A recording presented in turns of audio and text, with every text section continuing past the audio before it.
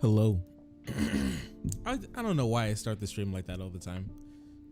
Just a weird hello into the microphone, but that's how I do. That's how we do it here. That's how we work here, all right? And no one can stop me. Hello. It's me. It's your boy. Lord Sharkius 300 Thou the Third. Back once again with a stream. Today is going to be a fantastic day. It's always a fantastic day when you're here.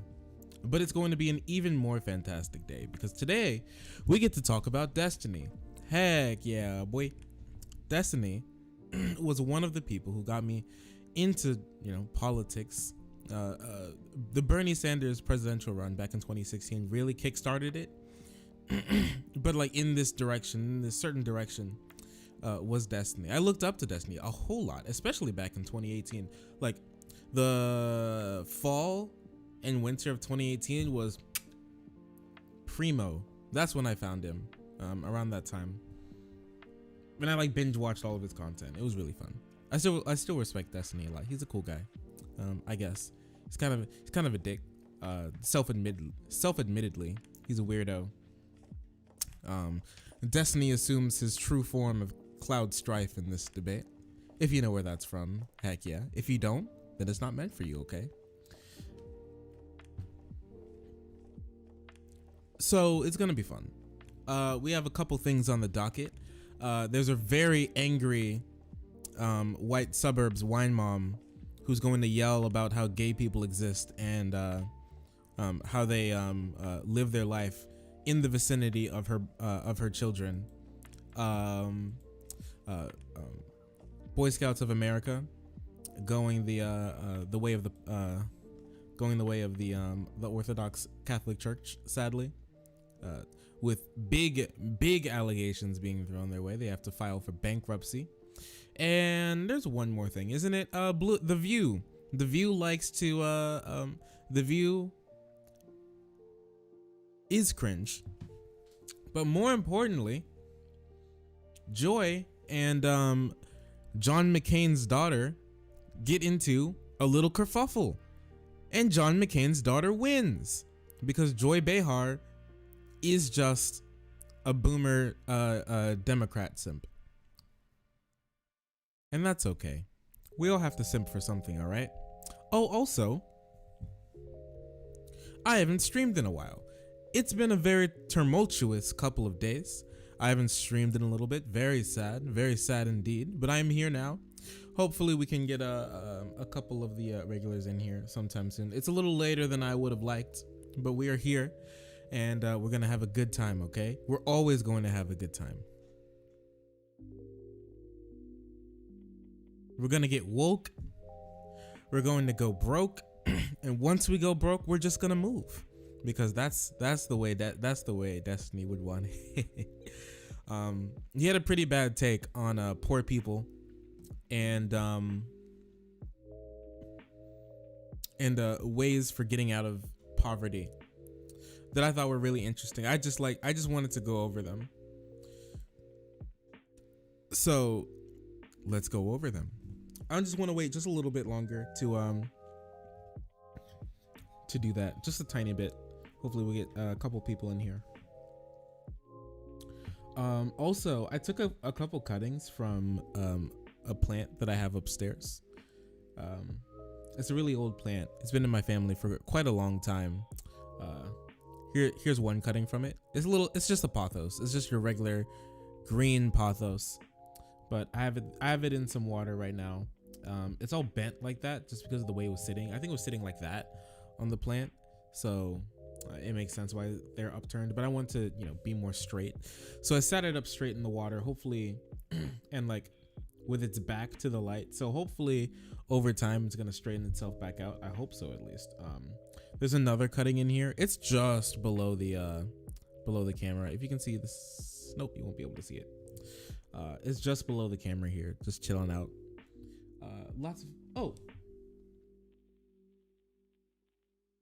I have my little plant shelf right over here. This is a pink princess philodendron. I don't know if you can see it too well, but if you can see there, it has some pink in it. It's one of its new leaves, and I potted this up a couple days ago, and it's been doing fine. It's been doing just fine. It has to acclimate to life in soil because it's been in water for a couple months. Just putting some roots on it, and the root growth on it has been very, very slow. So one of the leaves died back. One of the leaves down here died back. It was growing two sets of vines, one down here and one up here. This one up here seems to be doing just fine. The one down here died back. I'm not sure why. It's kind of unfortunate, but nothing is set in stone when it comes to plants. Okay, absolutely nothing. You can lose it all, and this cutting right here is worth a lot of money. So I very much hope that it'll be okay. This one as well, less to talk about, but it's growing really slow. This is my ZZ Raven. As you can see, like here, this leaf stem is black, and this one's still really neon green. It darkens up over time, so it will get to this color. But when I bought it, it only had this, and this grew over the last couple months, and it's still coming out over the course of like 2-3 months. So I mean, it's cool and all, it's really nice, but I would like it to be done. I don't know why it's growing so slow.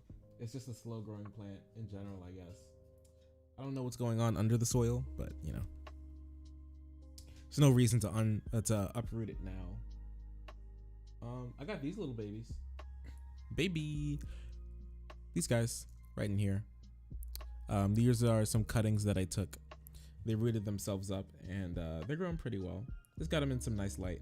Give them some water every once in a while. Forget about them, and they'll just grow. They'll do their thing because that's what they want. That they just want to grow. Okay, I just want to coom. They just want to grow. 'Tis life, my boy. 'Tis life. All right.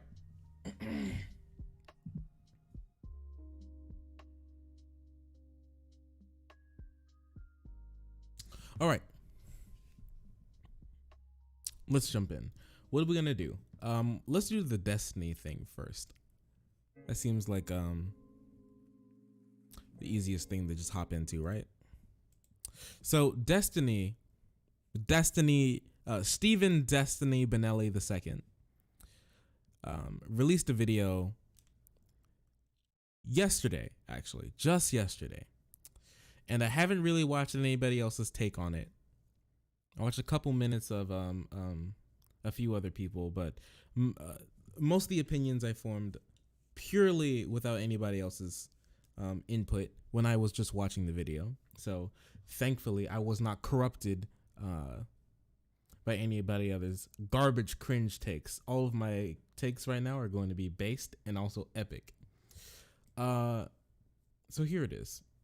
And it's called, "Can I Just Adopt a Poor Person?" Which is something that he actually said in the video. This is a video where a debate gets heated. Destiny gets into a heated debate with his chat over advice to give to poor people when it pertains to their living situation. They're poor. So what do we do about that? As you can see, the dislike ratio is quite bad. Especially when most of the people who are going to be watching this are left wing or part of Destiny's broad omni-liberal coalition. So what does he say?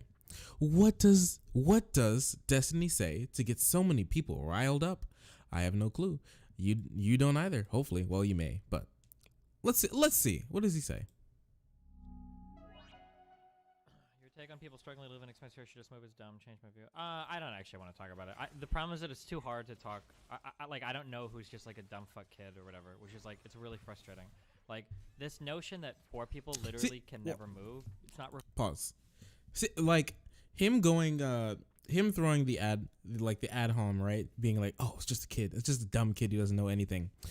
You'll see this a lot. He's gonna throw this around a lot. He's gonna throw around a lot of generalizations. He's gonna get really mad, and he's going to throw around, oh, you're just a stupid kid, college kid, white college kid, whatever. You don't know what you're talking about. He's going to throw that around a lot, right? The lefty arc has done terrible things to this poor Cuban man's brain. Or is he Puerto Rican? I forget. He's some like half Hispanic, isn't he? Yes, he is. Reflective of reality. It's not reflective of why it did. It's not reflective of anybody that's ever been poor. It's not reflective of anybody's anecdotes of poor people. Like it's just like a college kid's like like idea in head of like what it must be like to be poor. Like, oh yeah, when you're poor you can never ever move. Like poor people change like places they live like all the time. Like maybe not like in not like you're upgrading to like a crazy place in like fucking New York or some shit or whatever. So poor people. Oh, hello. Oh, here we go. Oh, I messed something up. So poor people do move. They do indeed move. They use their legs. They walk. Sometimes they even run, and they usually stand. But jokes aside, poor people do move, and I highly doubt anybody thinks that it's impossible for poor people to move.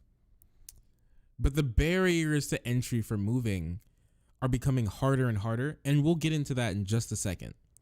But the barriers to entry for picking up and moving are getting like greater and greater, and the benefits that you can gain from moving are getting smaller and smaller, and what you can lose from moving are staying the same. So moving is becoming less and less of something that poor people will look to as a viable option to change their situation here in this country.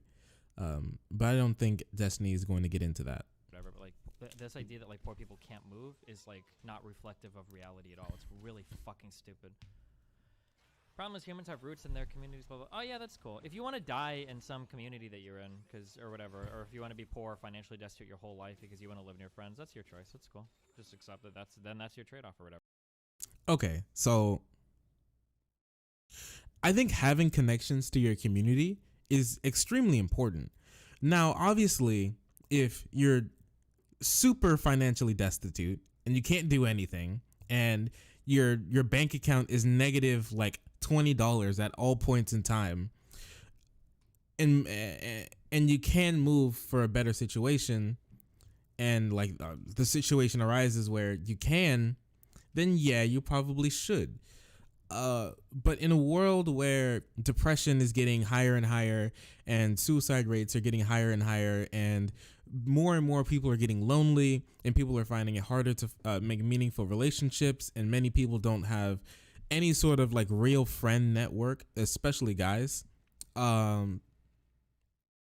It's more like year over year, it's becoming a harder and harder ask for people to cut off their family and leave them behind for something else. This is true, and I don't think we can just like discredit it when mental health is a massive problem, and having zero connections to your new community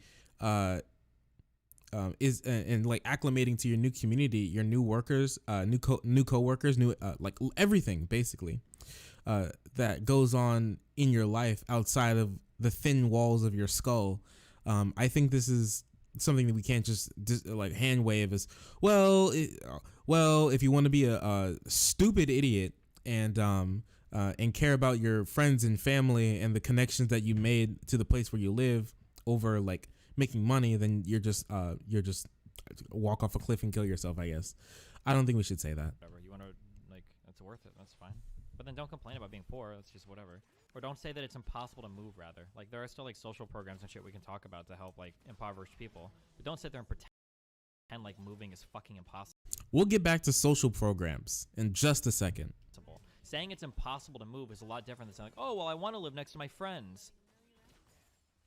I don't think I mean, I think it can play into, I think living having those physical connections to people around you in a world where those are becoming more and more few and far between, those are getting a lot more scarce. Fake news, it's all fake news, Devil Dog. Nice to see you, bud. It's all of it is fake news. I'm covering fake news right now. Is that what you're telling me? It cannot be. You do a great fighter for poor people because you need to put down. Well, I want to live next. Like, how you doing today? Yeah, I think where mental health is such a big issue and people finding it so hard to make actual connections to other people, I think it's important. I'm fake news? I'm the fake news?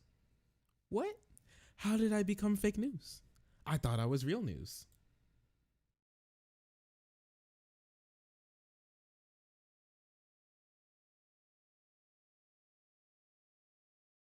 I'm all right. It's been a rough couple of days. That's why I haven't streamed. It's been a little difficult, but we should be back on track. I do want to get back to streaming every day like I did at the beginning of the year, because that's what I really liked. You know, hopping up every day after work, turning on the stream, doing some garbage. You know, it was fun. And but also I would like to thank you not only for being here, but thank you for helping me get to affiliate. Without you, without your due diligence, without your generosity, without your magnanimous lifestyle, I couldn't have got to affiliate. You and many others. Thank you so much for helping me out. We're talking about Destiny right now. He made a bad take about how poor people should just move if they're poor. So just move, Megalo. Oh, I keep messing that up. Next to my friends. Like, I mean, living next, like I said, you know, in the world today, it's much harder for people to make friends. So I think you can definitely, it's like a part of your decision not to move. I don't think people hinge their entire financial livelihood on whether or not they have friends. It's hard to move without money. Don't tell me, preaching to the choir, buddy. Maybe you should talk to Destiny about that one. No, I don't believe that he thinks that that he believes everything that he's going to espouse or insinuate in this video. But the fact that he's come this far to even like be here, I think says a lot about the great Destiny downfall. You do agree it's harder for poor people because you need to put down the first 1 to 2 months when moving in. First, where do you put down 1 to 2 months of rent when moving in? What is this? Where have you ever moved in your entire life where you put down 2 months of rent? Can somebody please tell me that? As somebody that's lived in apartments being poor and rich, I've never heard of putting down 2 months rent. Now, I don't know anything about this, so I'm not going to jump into it. But there are lots of people who engage in this, who have engaged in this video, saying that they 110% have experienced first and last month's rent when trying to move somewhere. That's a big cost. And where most people live paycheck to paycheck, like 75% of the people in this country live paycheck to paycheck, and most people can't afford a $300 emergency, and and even a greater number of people don't have $1,000 in savings. It's very hard to tell them just move.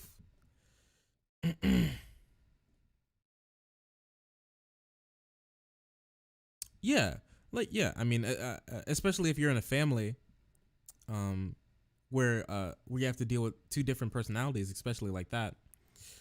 I'm more of someone who can be by myself. I haven't hung out with my friends in a while. I would like to. That'd be nice, but I function fine without it. You know, if we can go bowling sometimes, that would be fun. Or it's like $1,700 or $1,800. Now, how were those? Were they like regular middle class apartments? Were they in a little bit of a lower range? Because I'm not sure. I'm not gonna try and talk out of turn here because I'm not sure when it comes to apartment pricing. I'm just starting to look into moving into an apartment myself. So.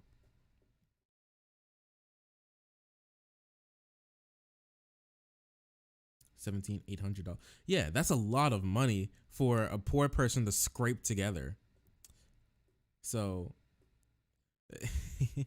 like the additional cost of moving, is definitely something that we need to look at. To live in an apartment, first and last. Okay, I've never had to do that in my life. I don't know. Maybe there are some states that do this more or something. But even if you have to put down first and last month of rent, you can pick a cheaper place. It'll save. Oh, when you lived in Southern California, ooh. We can talk about California soon. Money ultimately. Oh, what? Oh, here's the argument. If you have argument. to put down first and last month of rent, you can pick a cheaper place. It'll save you money ultimately. Yeah, it'll save you money ultimately, and yeah, I would imagine typically is you have to put down 1 month rent, but I know some places probably it's 2 months rent. I would honestly imagine that places where you put down 2 months rent are probably places in poor neighborhoods. Yeah, screw California. It's really cute though. I like the palm trees. And I like it when I can find nice Asian restaurants that serve boba tea. I do indeed like boba tea. So thank you, California. Thank you very much. Like the additional costs put on you for doing these sorts of things doesn't really. This is an argument. I can't believe he's putting forward this sort of argument. It'll save you money in the long run. I think everybody knows that. I think if everybody could move to an apartment that's just $1, I've never been to SoCal. My brother lived there though. It was near the, it's like really close. What was it? What's the furthest like major city in California? Wasn't it first? I don't know why, but a lot of names of Californian cities came to my head, and Los Santos was one of them. It's over for me. It's over for me. There's no coming back. As long as I didn't say Los Santos.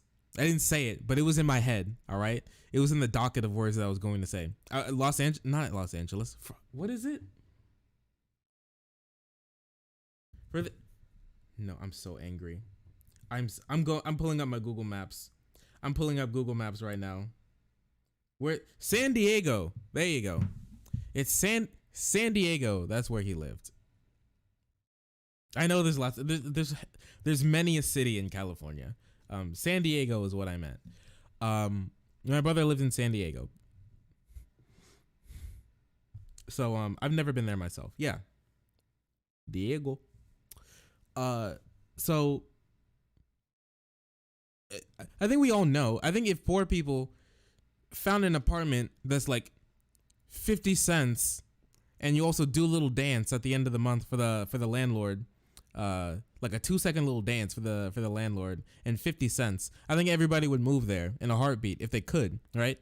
But they can't, even though they know it'll save them money, right? People talk about this all the time, like how expensive it is to be poor. Oh, you don't have enough money to get that some tooth pain checked out. Well, 3 months down the road, you're gonna have to pay for a whole new tooth because your tooth rotted out of your face, right? Oh, you didn't have enough money to get a plumber out to fix that leaky tube. Well, down the road, you're gonna have to pay more to get someone come out to fix all the water damage in your walls. You know, we all know this. We all know this, but why don't they make those? Why don't they make those choices? Stephen Destiny Benelli II. Why don't they make those choices? They don't because they don't have the money. People don't have the money to move like that. They just don't.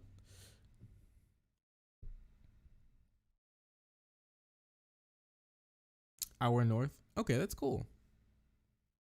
That must have been fun. You know, except for, paying rent. So yeah, they don't have the money to do it. So I don't know how this is an argument. It'll save you money. I think everybody knows that. Isn't this the bootstrap meme? No, it's not the bootstrap meme. Doing anything to improve your life condition is not a bootstrap, dude. That's not what he said. And I think, honestly, this is the bootstrap meme. This is the bootstrap meme. Pull yourself up by your bootstraps. And I think, dude, like, Jesus Christ, poor people are some of the most financially fucking retarded people in the whole fucking world. And like, people are like, oh yeah, well, here it comes. you know, you can't help but rack up massive credit card debt and take out payday loans and live in expensive places and never no, like, there are things that you can do to like improve your conditions. Like, yeah, like maybe, social programs and all that other shit are good to talk about, but don't sit there and act like poor people are just this fucking amorphous blob of like fucking like brain matter lacking like dipshits that are literally incapable of doing anything positive to improve their conditions. It's so fucking dehumanizing and not true and stupid too. It reeks of fucking dipshit ass college kid that has no fucking idea what any of those conditions are like. Like, oh yeah, when you're poor, you can never ever move. You can never ever do anything ever. You have no choice but to max everything on our credit cards and do nothing. Like, Christ, it's so fucking stupid. Financial education in this country is terrible, and most people don't know how to do not know how to balance a budget. This is very true. I'm bad at it as well, and it's been in my life since I can remember. My dad gave me like little envelopes, and it was like the spending envelope and the saving envelope, and we also had a third envelope. It was for tithe when we went to church. He put 10% in 10% of what he gave me in there. For tithe when we go to church, right? So it's been in my life. I still suck at it. Thankfully, I do at least have $300 in my bank account right now, in the middle of a pay period, and that's fun. But once again, the great Destiny Strawman here. No one's saying that poor people have absolutely no choice but to max out their credit card and take out a whole bunch of payday loans to pay off their credit card debt, and then live paycheck to paycheck because they're paying off their credit card debt to pay off their payday loan to buy some bread. But being in the situation makes it more likely that you make these bad, desperate situations. It just does. That and also financial education. We're terrible at it. Most schools don't have it, especially high schools. They don't have it, and colleges too. So obviously, it's more complicated than lots of college kids just saying that poor people can't do anything to improve their situation. We obviously think there are lots of things people can do to improve their situations, right? But it's much harder to make these sorts of decisions when you have so many burdens and hurdles put in front of you. I think that's all people are saying. And he's dismissing every single one of them. Holy shit. I think the upfront cost is what's prohibitive for a lot of people. How did they move initially? Like, what are these people? They were middle class and then they became fucking poor? Like, shut the fuck up. It's part of, like... What? I mean, you can get laid off. Ever heard of that? Like, you get laid off and now you can't move? Or you were like that originally and you scrounged together some money to move? Or, you know, this may be a good time. We'll move forward a little bit. But it's, I understand. Never mind. I hate talking finances with anybody in probably in the whole Western world, but especially Americans. You lot are dumb as fuck when it comes to finances. Jesus Christ. Wow, dude. Whether it's lefty dipshit college kids or whether it's just poor people that legitimately have no fucking idea like how to do anything with money, or whether it's people in chat. And I'd like to say, whether or not they know how to manage money, right? Because we all know the story of the lottery winner who wins $50 million and then is poor 2 years later because they spent it all, and now they're like in serious debt, even though they had more money than like 100 average Americans could even manage to scrounge together, all together combined. Even if that's the case, I still think they deserve help. Like, the one thing that ties together someone who was poverty breeds poverty. You just stay poor. One thing that ties someone who won the lottery and now is poor 2 years later, and someone who got laid off and is now poor, and someone who spent all their money giving it to like freaking Olga in the Czech Republic on 90 Day Fiance because he thought she was going to save him from his neckbeard, jobless neatdom, right? The one thing that ties all three of these people together is that they're all still poor, and I think they need our help. I think they need help. That's just me, and I think they need their help. And I don't want to discriminate between how these people got poor. We could just look at that they are poor. That's all that really matters, is that they're poor. I would say that there's people out there that make dumb decisions and become poor, but the majority of people are born into poverty. Yeah, I think a majority of people are born into poverty, and you can't get out. You just can't. There's no escape. Yeah, once you're born into poverty, yeah, maybe you're able to get up enough money to get an apartment. Maybe you're even able to move a couple times. That doesn't save you from poverty. Christ, holy fuck. What about getting a new job, Destiny? That isn't always easy at all. Maybe not if you're living in the most like fucking populated parts of the fucking world. It's not. Oh, here he comes. The unemployment right now in the United States is literally 3.5%. If you can't find a job now, just fucking end it all. You're never going to be anything in life. Just because you have a job does not mean you won't be poor. And just because you can get a new job doesn't mean that job is going to get you out of poverty. I don't care what the unemployment rate was. I don't care if it's 0.00001% and some dude named Billy Bob Joe is jobless in the middle, butt naked in his field, molesting corn cobs, right? And he's living a dream, and that's the only unemployed person in this country. I don't care. Guess what's still going to happen? Poor people are still going to exist. We're still going to have poor people, and this won't help. Just because you can get a new job doesn't mean that job is going to save you from poverty. It most likely won't, especially today. Nothing is going to help you. No amount of welfare, no amount of UBI, no amount of social. You're never going to make it. Just stop. Give up. Go back and live with your fucking parents forever, or fucking just walk off a fucking cliff. Like, you're done. Like, that's it. Like, I'm sorry. Like, unemployment has never been lower. Like, drive around any fucking small town. I remember in fucking Nebraska and Omaha, there were signs up at like the fucking Starbucks that they're hiring for like $13 an hour.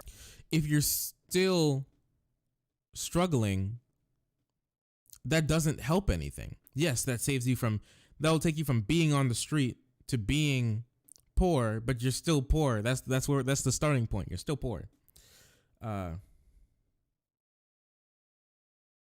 would you imagine a Bloomberg presidency would be like? It'd be a lot like how he ran New York, which is a rich person's playground, where he trounced all over the rights and constitutional abilities of minorities.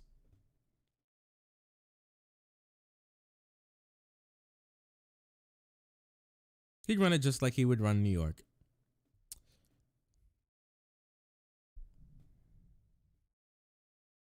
Because Bloomberg still has a lot of underlying terrible tendencies and terrible ideas towards the reasons for poverty, how to fix poverty, how to fix violence. He still supports stop and frisk. The only reason stop and frisk stopped was because the Supreme Court struck it down, and he still wanted to implement it. And he only denounced it like a month before he started running. So he wouldn't be very good. And I think the only reason that we would put Trump above, Trump and Bloomberg both have horribly bad histories when it comes to race. And I think the only reason, and I think Bloomberg I'm trying to think of the words I want to use.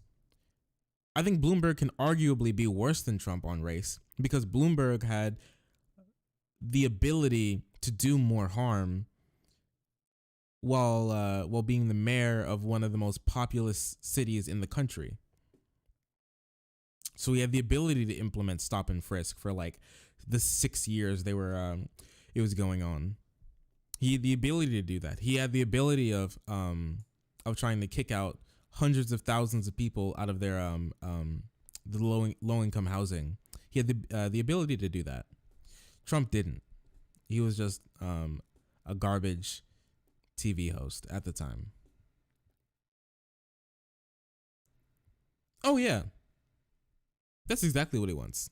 He wants to run against Bloomberg. It'd be easy.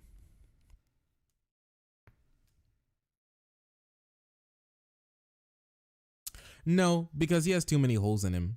He's a paper tiger, right? You just saw him at the debates. He had absolutely no idea how to combat anything thrown against him. He just kind of stood there and said, well, I said sorry. I think we can move on. That's it. That's it. That's all he's got. And I highly doubt he's going to come up with anything else.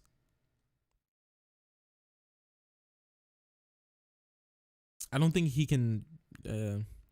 I don't think he can be able to buy the nomination. He won't get enough votes to buy the nomination. He just won't. Especially if he keeps having debates anywhere near the debate that he had last night.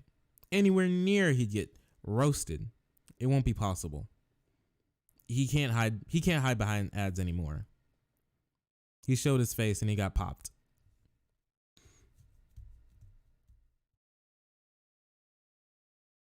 Even Burger King and McDonald's in my area was like literally 11 an hour. If you can't find a job when unemployment's at 3.5%, you're never gonna make it.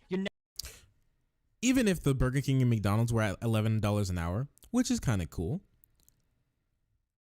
we're still not talking about the issue here, which is the housing price. McDonald's could be $1 billion a second, but if it's still taking up over 50% of your income to make sure you have a roof over your head, then it's not going to do much for increasing your wealth. It's not. And that's what we're missing here. Never gonna be anything that can survive on its own. Like go live with your fucking parents forever. A lot of people do that anyway now. Just do that. Jesus. Like Christ, there's some fucking guy that like got his second raise at Burger King. Like I'm never gonna be able to find another job like this. Like what the fuck is wrong with you? Like people watch. It's still like completely discounting opportunity costs that are associated with moving. Too much of the Big Bang Theory, and they think it's normal that like a fucking person on like one income with like a fucking waitress job is gonna have like a massive studio apartment, fucking high rise in Brooklyn or some shit. Like it's crazy.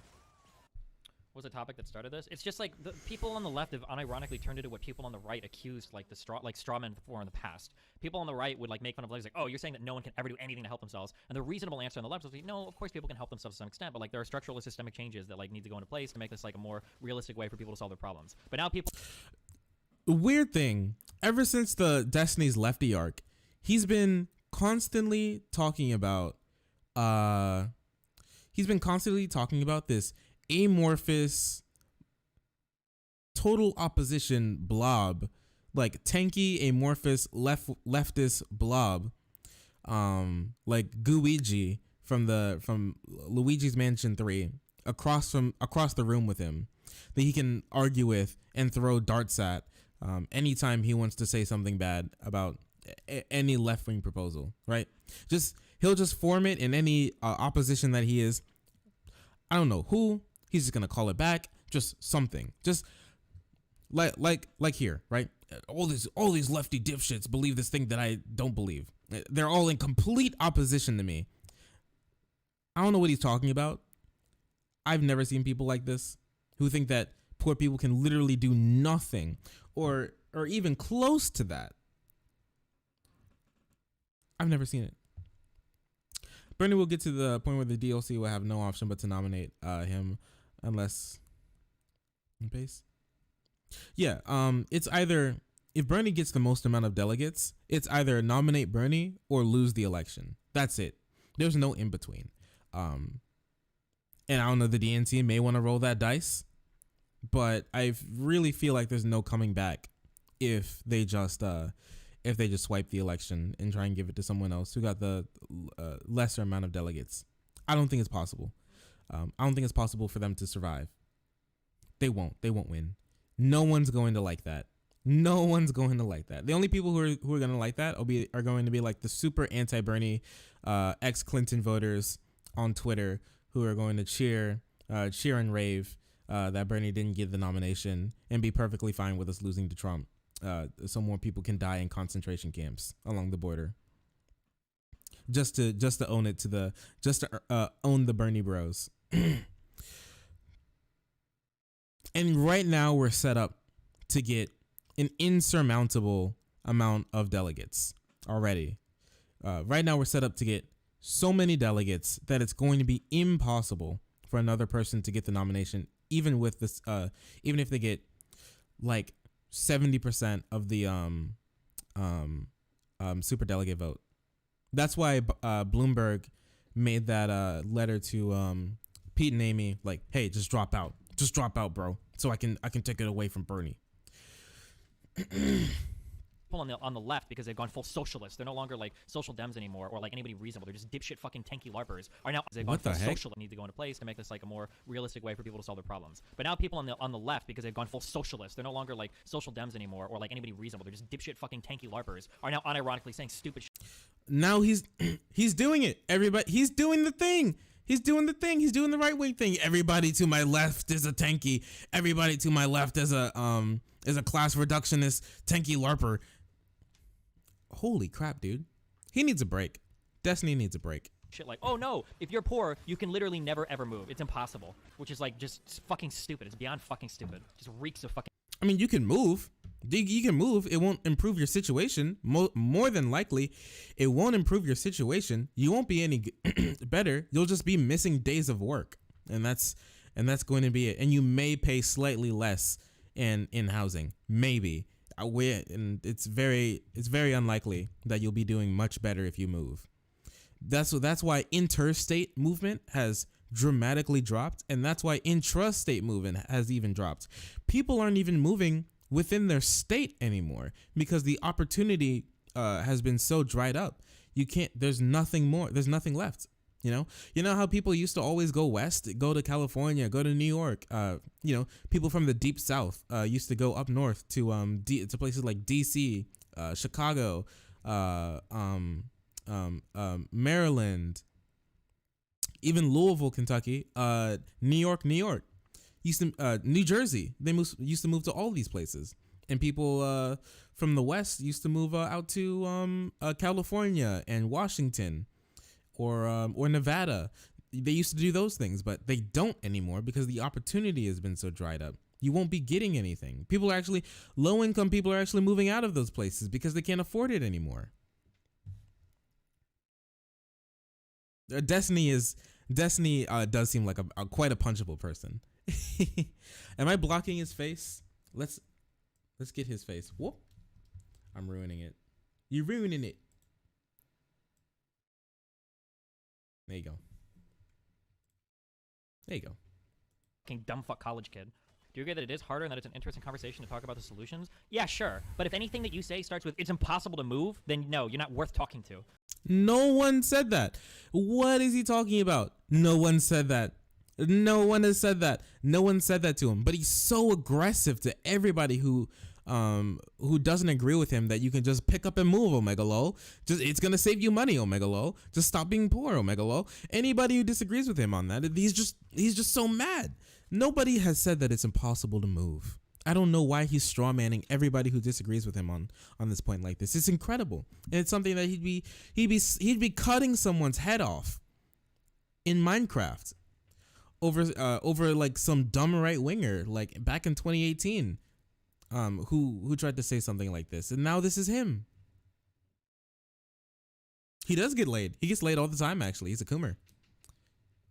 He travels to get laid. He goes to different countries to get laid.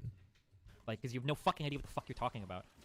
But yeah, of course there are multiple things to talk about. But when you think that moving is impossible as a poor person, like you've already removed yourself from the fucking conversation. Who has ever said it's impossible? Oh fuck, we shouldn't have started off with this shit. Oh god, fuck, I'm already so triggered for today. And now he's just banning people. Fuck, and now he's just banning people. Can we find anybody? Can we find anyone in chat who said it's impossible? Did anyone actually say it's impossible? No one did. No one said it's impossible. Absolutely no one said it's impossible. Nobody even insinuated that it's impossible. Like I said, he found his, he set up his little lefty Guiji straw man across the room from him, and he's just taking pot shots. That's it. The lefty in his head, the angry lefty in his head, like freaking Piccolo when he absorbed that other Namekian who's just up in his head. He's just talking to him, and he's so mad, he's angry. You know, it's when Obi-Wan died, and then he was talking to Darth Vader through the Force. This is some lefty.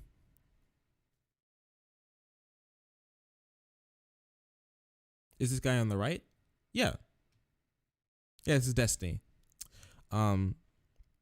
Like some lefty that's in his head that's always saying mean things to him, and everything that he wants to everything that he wants to oppose. Nobody said it's impossible. No one insinuated that it's impossible. People just said it's much harder to do than he's insinuating, and I think that's very true. It's very true and very based. Like I don't know what else to say. That it's impossible. Oh fuck, we shouldn't have started off with this shit. Oh god, fuck, I'm already. He's IP banning people. Every fucking person on Reddit that was like trying to argue about it too. As soon as I was like, "Hey, do you want to chat about it?" Like, "Oh no." No, because he's just gonna yell at people. I wish I could play it, but he was arguing. He jumped on Vash's stream after this, and it was literally just they were just screaming into their microphones for like 5 minutes straight. Oh wait, my bad. Did you say is he on the right? No, he's on the left. No, I thought you meant is he on like the right side of the screen? No, he's left wing. Destiny's left wing. Omnilib is how he describes himself. He's an omniliberal. He's like the Omnitrix. No, he's actually on the left. Incredible, isn't it? That this left wing person is making this argument. I think it's pretty wild. Did you see Molly Meme said you could? Yes, Molly Meme makes up like any. No, I'm not gonna push back on it. Molyneux knows who I am. We've like Twitter battled a lot in the past. I don't care if I'm talking about Molyneux. Like the guy will look for any. Then you fucking move. You should be able to do it in a day. It's not hard. You rent a truck for fucking $25. You pack your shit in it, and then you fucking move. You should be able to do it in a day, unless. Ooh, big boy Destiny. I don't know where you're moving, where you can move in a day. I don't know how much stuff do you have, and I don't know what you're doing, and I don't know where you live. We can rent a U-Haul, put all of your stuff in it with a couple of friends, miss a day or two of work, and move in a day. I don't know about you, Devil Dog. I think you've moved maybe a couple times in your life. That sounds a little outrageous to me. Even if he's saying this is in hyperbole, which I doubt he is, but even if he's saying this in hyperbole, that's incredible to me. To believe that you can move anywhere near just a day, rent a U-Haul for $25, get out of there, move in a day. Where are you moving? Where are you going? How much stuff do you have? That's incredible to me. I've moved a couple times in my life. It takes far more than a day. Moving down the road can take more than a day. Moving down the road takes more than a day.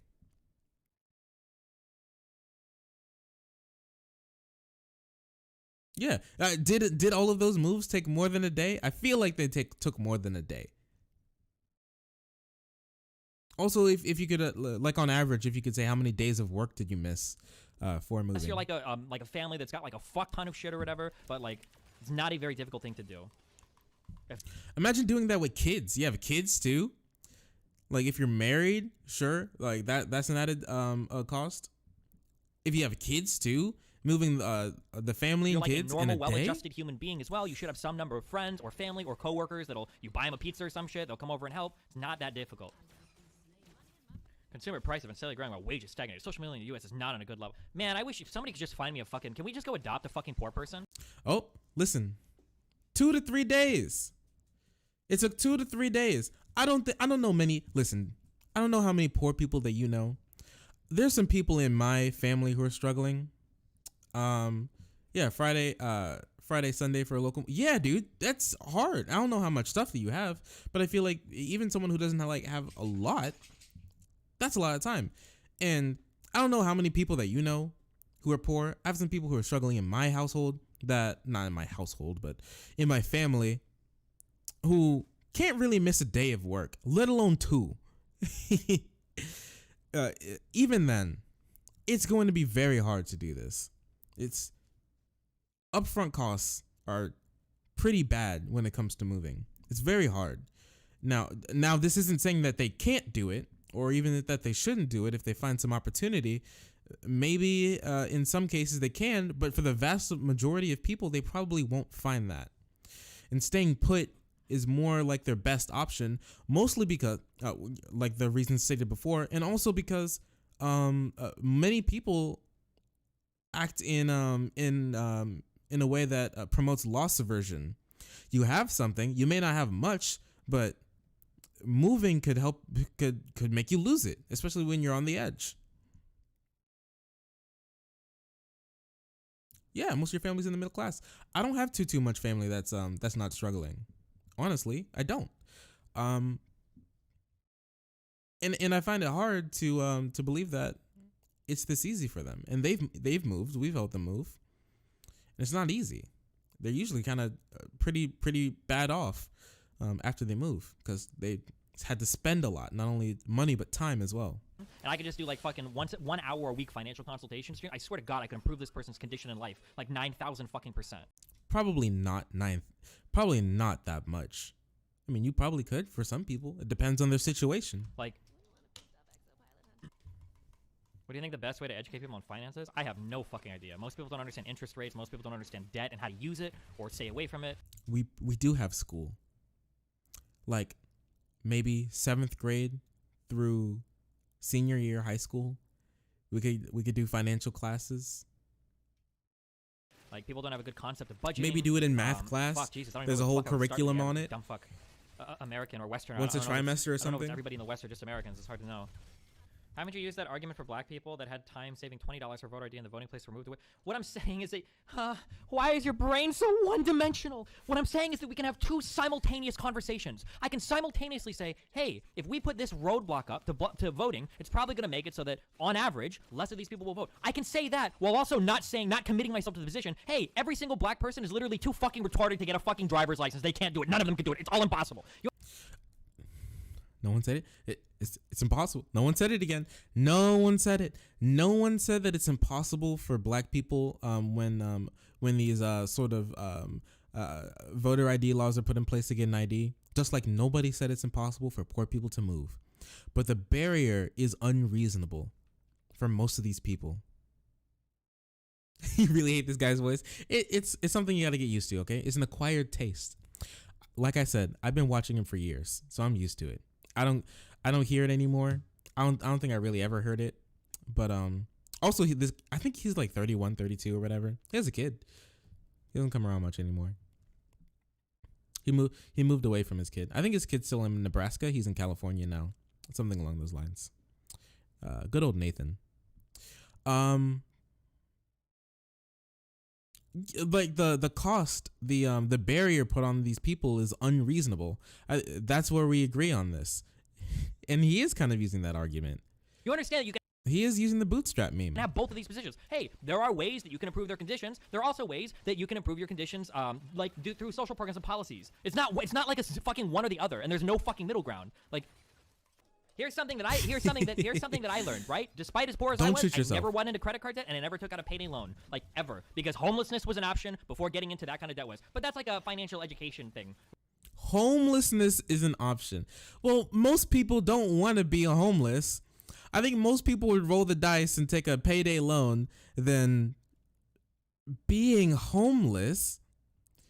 I mean, if that was your option and you were like, oh, well, time to go homeless. And you most people want to put up a little bigger of a fight, even though it's gonna put them into more debt if they feel like they could at least have a roof over their head. Jeez, I don't know how hard it is to come out of homelessness, but it sounds extremely hard. Just living out of a van, just be homeless. Just you're poor, just be homeless, Omegalo. Right? Like, as soon as you've gotten to an area where you're, like, going payday loan to pay off fucking credit cards and shit, you've already fucking ruined your fucking life, and there's nothing you're gonna be able to do to fucking save yourself at that point anyway. Most people or families are scared of losing the security they built. Like, Yeah, loss public aversion. schools their kids like are jobs that they enjoy even if the place is shitty or... Then fine, then be poor and live a miserable fucking life. I don't care then. I just hope no social money goes to save somebody who only reason they don't want to move is because, oh, well, I just, my friends live here. I hope that we don't fucking waste money on your dumb ass. I hope to God it goes to people that actually fucking need it and not people that are just too fucking stupid that move to... Like I said, they are people who need it. They are still poor. They're still poor, and I think they deserve the housing assistance. I think they deserve the food stamps. I think they deserve the freaking SNAP. I think they deserve all of that still. I think they do. Across the country, no social money goes to save somebody. Then fine, then be poor and live a... like are jobs that they enjoy. What did this person say again? I want to make sure I got what they said. yourself at that point anyway. Most people or families. Destiny, I think most people or families are scared of losing the security that they built. Like public schools their kids can go to, or jobs that they enjoy, even if the place is shitty or the pay is low. I doubt being poor has anything to do with it. Yes, there are more things that play into this. Like, especially if you have kids, those kids are something you're definitely going to have to take care of. Like weighing, moving, and the schools that your kid goes to, because that's a big thing. I remember my parents, when we were moving, them doing lots and lots of research about the schools in our district that we were thinking about moving to. Or jobs, maybe not that you enjoy, that maybe they're the best paying jobs that you have in your area and you're still struggling. Loss aversion is a massive thing for these people. I think this is a good point to jump. I think it's a good point to jump into some things that I found. Right? And Destiny, he was just so mad here. And I honestly think, and he didn't look like he was having fun whatsoever. And I honestly think that he would be having a way more fun if he actually engaged with these points. Because when I heard them, I thought it was really interesting. I knew there was something that I disagreed with when Destiny brought up these points, and I didn't know what it was. So I had to do some research, and I found it. The barrier stopping poor people from moving to better jobs. Highly educated people still relocate for work, but exorbitant housing prices in the best paying cities make it difficult for anybody else to do so. Now, this is an article talking about places like New York and California, and how before many people moved there. Many people moved there. The average 2-bedroom apartment in California Central Valley is $750, and Los Angeles is $2,710. That's a good chunk of change for a janitor to pay.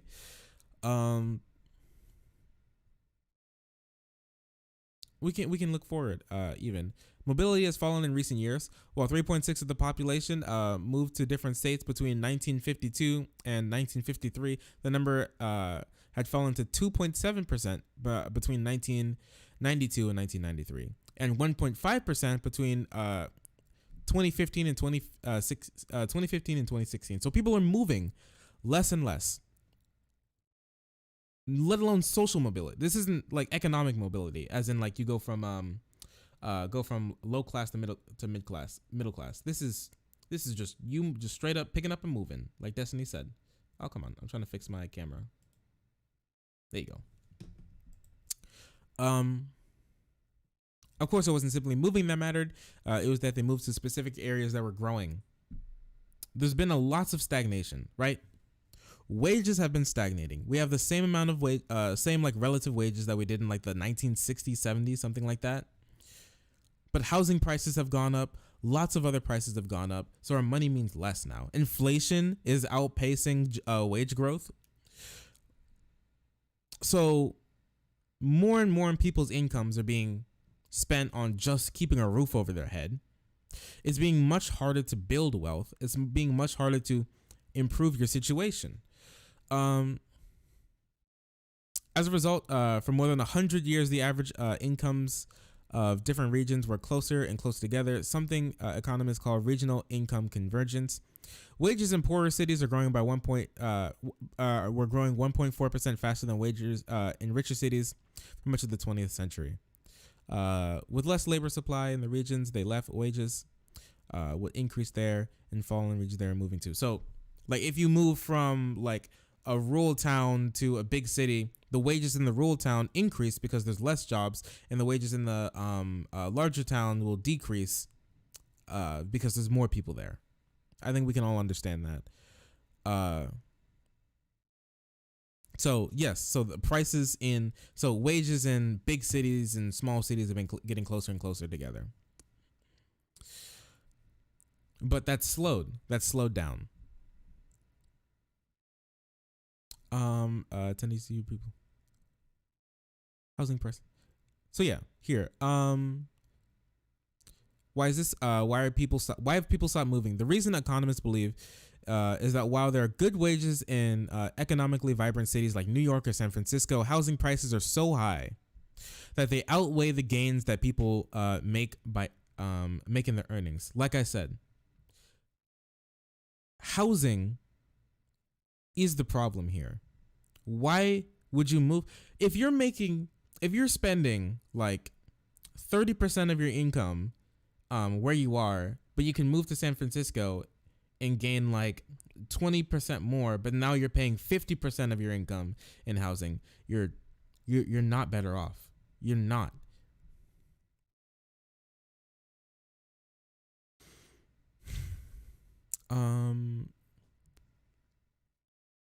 Janitors in New York now spend 52% of their incomes on housing, and the author founds. And lawyers spend 21% of their incomes on rent. The research finds that because of these factors, the migration patterns for low-income housings are beginning to diverge from patterns from high-income housings, right? This is why many people who are lower income or middle income even are moving out of places like California and New York, right? So now they're just becoming like rich people havens where only the people who can afford to be there are there. And low income work is just falling away.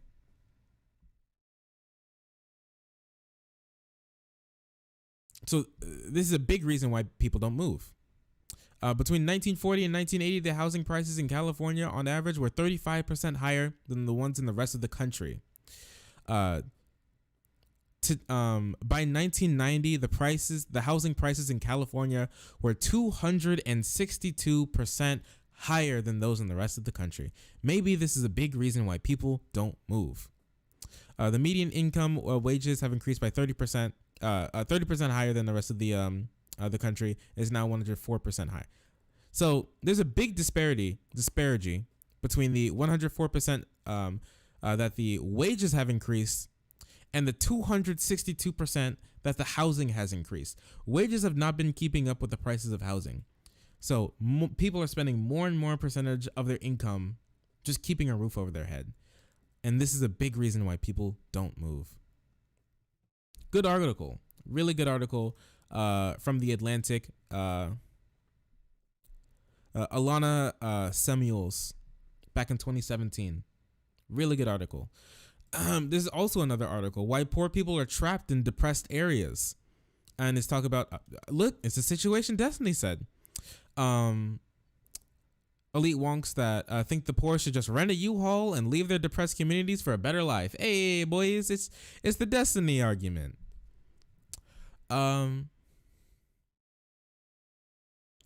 While moving to where jobs are more plentiful would be a good strategy for those in high unemployment areas, we know that Americans have less mobility economically and geographically than they did in previous decades. Personal saving rates have plummeted, especially for the poor, obviously, because all of these things always overly affect poor people. Most Americans have less than $1,000 in savings for emergencies. So you wouldn't expect people to have much in the way, for poverty to rent a truck and move and, lose a day or two of work to move. That's a very high opportunity cost for them. Extremely high for someone on the edge of losing their home or being just even more desperately impoverished. Another big thing. Are they going to bring it up here? Yeah, here it is.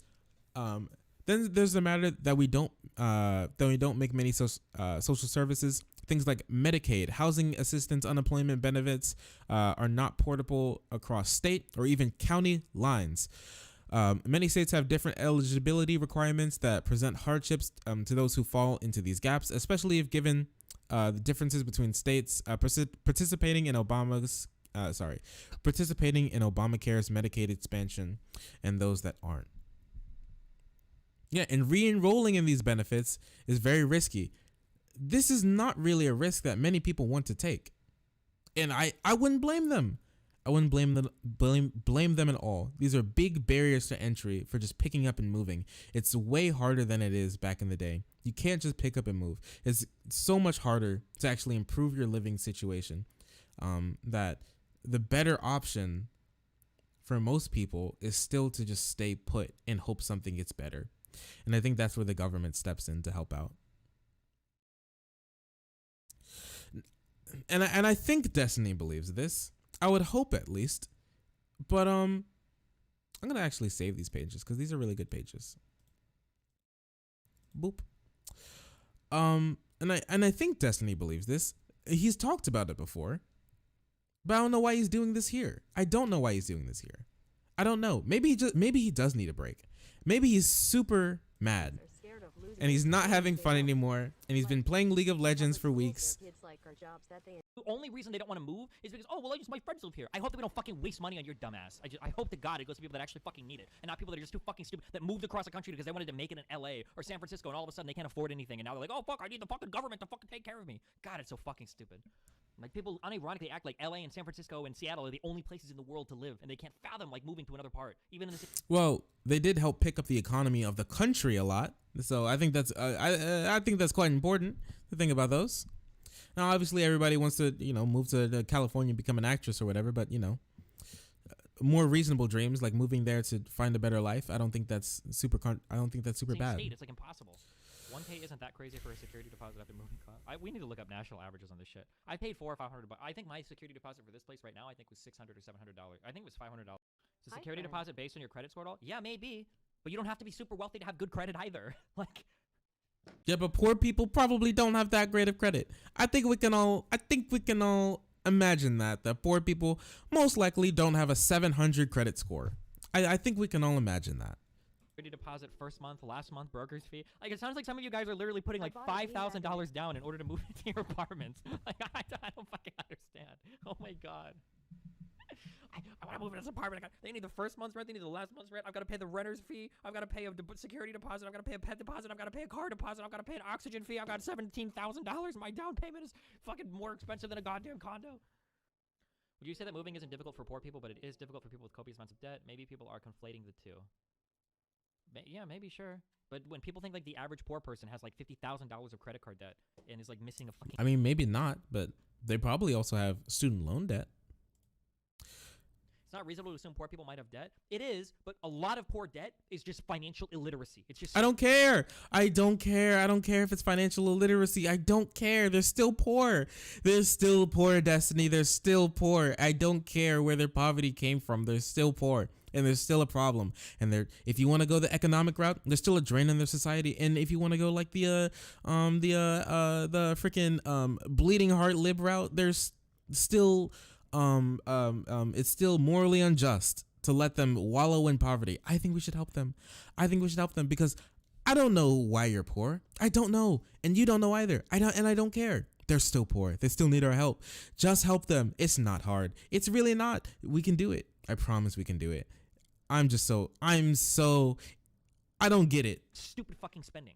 Like, and it's not, everybody acts like, oh yeah, like as a poor person, the reason why you're in debt is because you broke your leg and it costs $600 for an x-ray. Oftentimes, the reason why a poor person is in debt is because they're putting some dumbass fucking shit on a credit card that they shouldn't have fucking done. They took a dumbass fucking loan out. They don't know how to fucking budget their money. They move into places too. This is middle class people as well. I don't care. Middle class people are just, if you have a credit card and you carry a balance on it ever, you are financially illiterate. You shouldn't have one. You need to cancel your card right now. If you have a credit card and you carry a balance on it, cut that shit up. You're a fucking idiot. You don't deserve a credit card. Wow, don't use it. You don't know how to use okay. it. Cut it up. Delete it. Get rid of it out of your life. Or put it in a fucking safe or whatever and take it out for a fucking rainy day. If you ever carry a balance month to month on a credit card, you should never have one. There's number one. So the whole existence of credit cards, probably. $4 in the bank account. I got like $4,000 on this card. I got $2,000 on a Target. Lady that pays a minimum payment on a credit card is already in. All right, I think we're about good with that. I think we can be okay with that. Okay. Thank you, Destiny. Very cool. All right. So I hope everybody lived through that because I think I barely did. Yeah,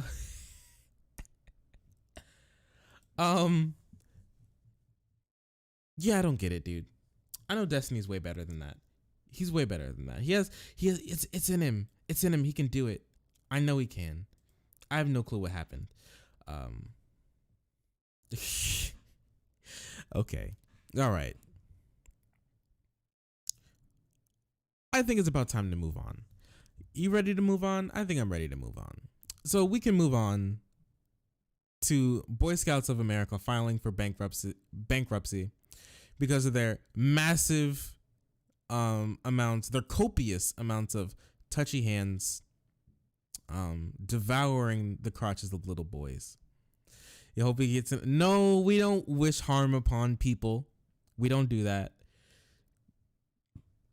Now that I'm affiliate, I definitely can't.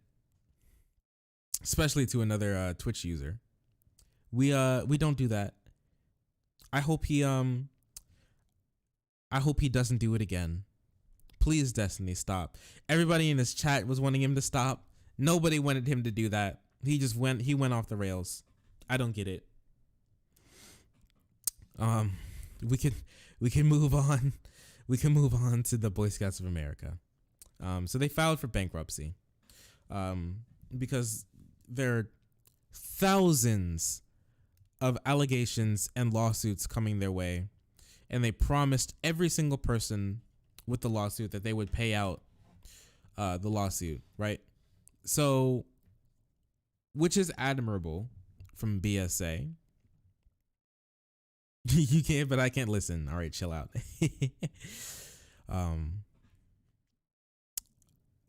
Which is admirable from BSA. And it's really sad that all of this happened to them because I don't think they're a bad group. I was in Cub Scouts. I was in Cub Scouts for a little while when I was a little babby boy. It was interesting. I never followed up with it any, but it was fun. But I don't know what. We can just hop into it, I guess. Let's go. Well, tonight, Boy Scouts of America has filed for bankruptcy. Why are they filing, and what does this mean for local chapters all across the country? Our Paula Fair is here to break it all down. So I guess, first of all, why are they filing bankruptcy? Well, these sex abuse lawsuits were just piling up, but make no bones about it. The Boy Scouts of America aren't skirting their responsibility. They released a statement, Kira, and they say that they have a moral responsibility to compensate these victims.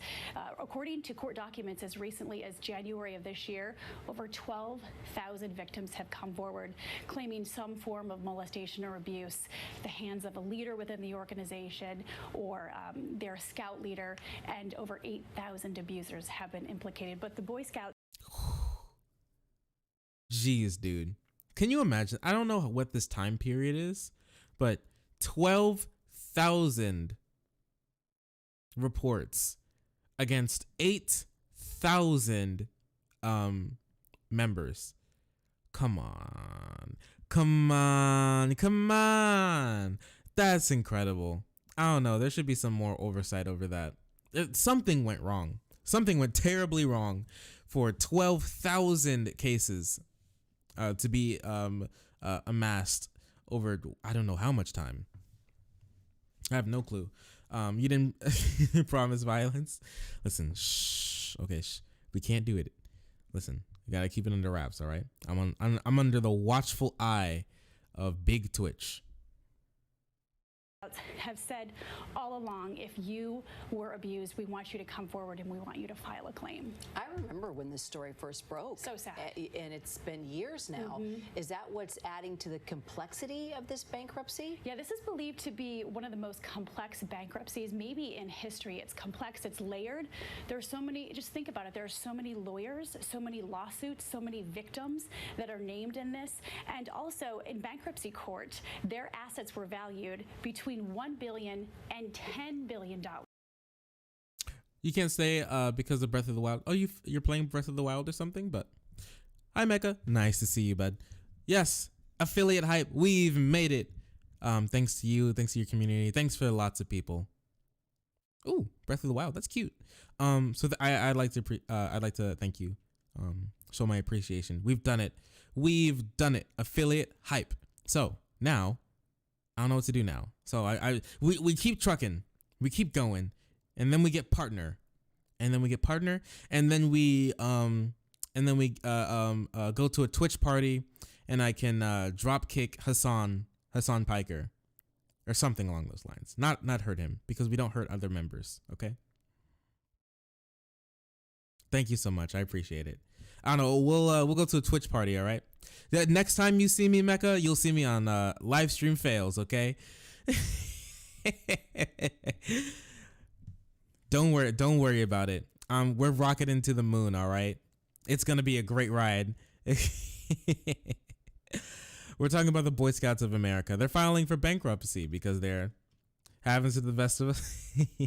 I hope not. I mean, I don't know. I don't know what I'll do wrong. I guess we'll find out. We're talking about Boy Scouts of America. They're filing for bankruptcy because 12,000 lawsuits have been brought against them, alleging sexual misconduct against 8,000 members. So it's a tasty ride. That is a huge disparity. That's a huge range. Some victims are upset that the local chapters, the assets for the local chapters were not involved in this as well, and that would have added to the number in terms of the monetary value. But there's a chance that they have to sell their property value. You're talking about campgrounds and hiking trails across America just to pay the victims. I can't tell you how excited my son is about Boy Scouts. So I'm thinking about just the local chapter in our neighborhood. What will happen to the local chapters? The local chapters, the programs will go on, and that was a source of contention for some of the victims because the local chapters are, for all intents and purposes, they are independent. They are separate entities, separate from the Boy Scouts of America organization. And the Boy Scouts now claim, though, that they have one of the most stringent, safest, and strictest policies among all youth organizations. But it's sad, Kira, that it's had to take all these tragedies to lead to that. Yeah, that's true. I mean, I don't know what they could have done more, but it's really sad that all of this had to come out.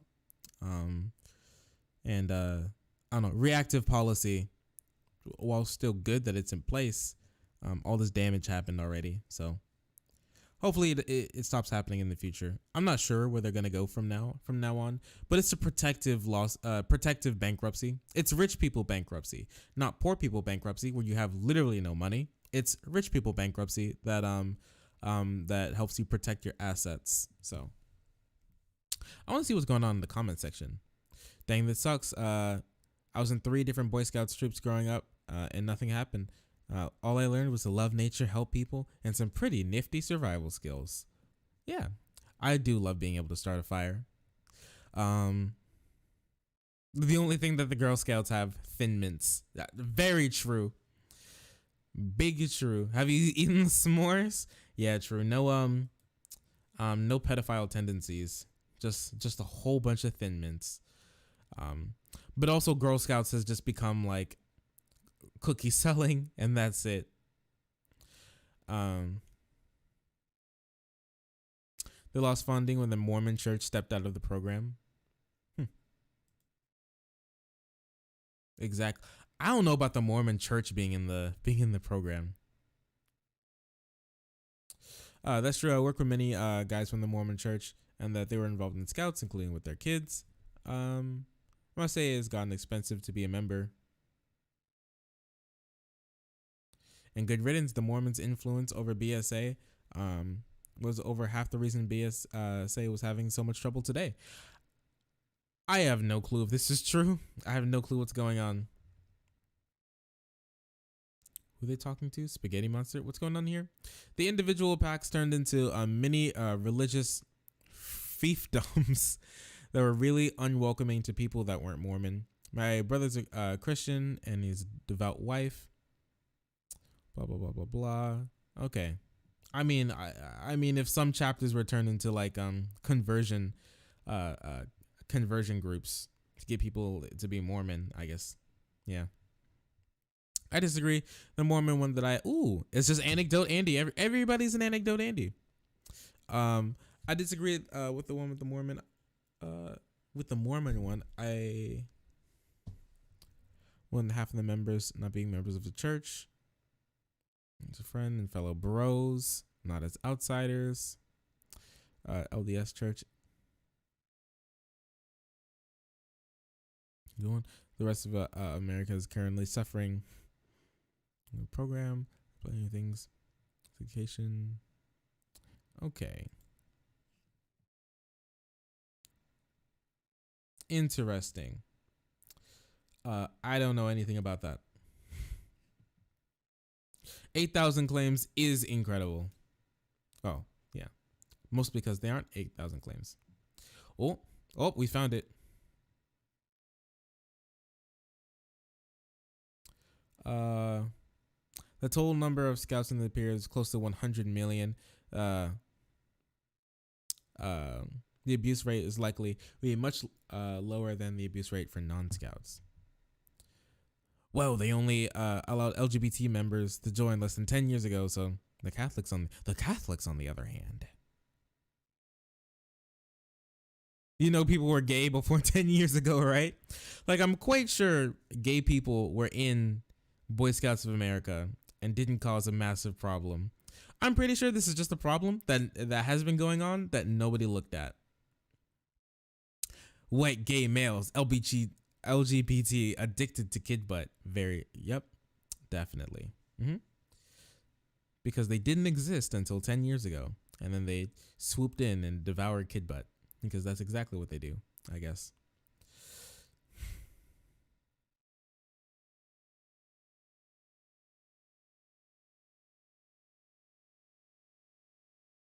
Such levels of idiocy are astounding.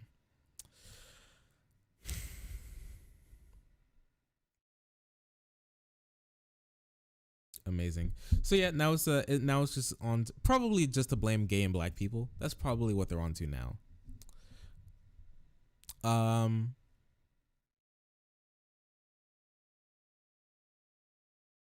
They got paid for it. Okay.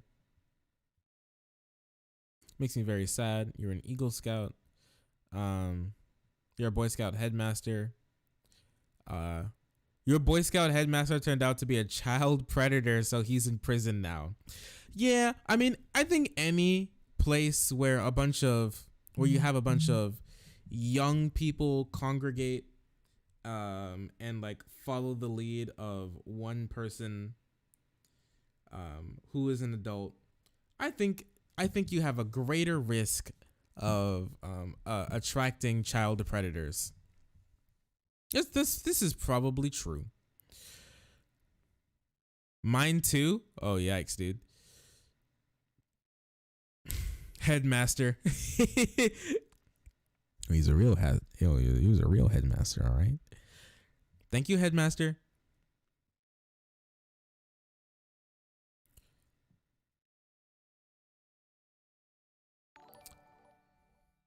Grady 325. Thank you so much for that follow. Who do I want for 2020? What do you mean? Like a girlfriend? I think a girlfriend for 2020 would be cool. I'm kind of single right now. I've been single for a better part of a year. I was thinking about getting some new plants in 2020 as well. There's some plants I had on my mind. Stuff like that. president, if that's, yeah, I talk about politics every now and again. Bernard Sanders. He's a cool guy. I like his hair. He points sometimes, and he says he has a funny accent. So yeah, Bernie's cool. He's my boy. When they changed the rules to in regards of who can be a scout, I left. Glad when I did. I grew up in the scouts. Never ran into any myself, but heard stories. What does that mean? Everyone I knew in the scouts left around the same time, including tons of leaders. Both my parents left. Many troops. What's going on? Both my parents left. Many closed up. Now we work with other scouting style organizations that is more restrictive on leaders. I don't know what that means.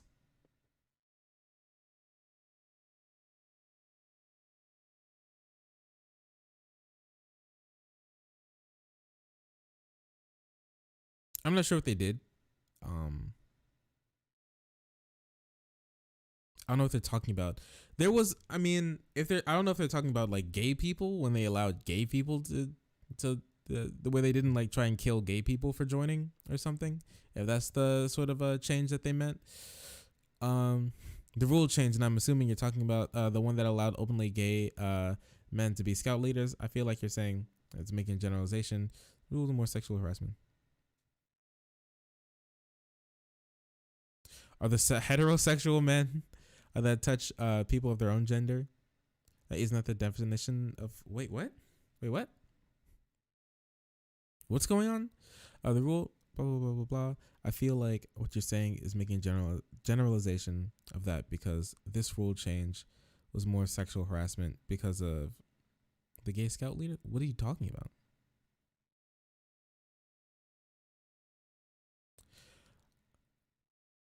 I was messed with by a gay man as a child. I also talked to a few people. It turned out.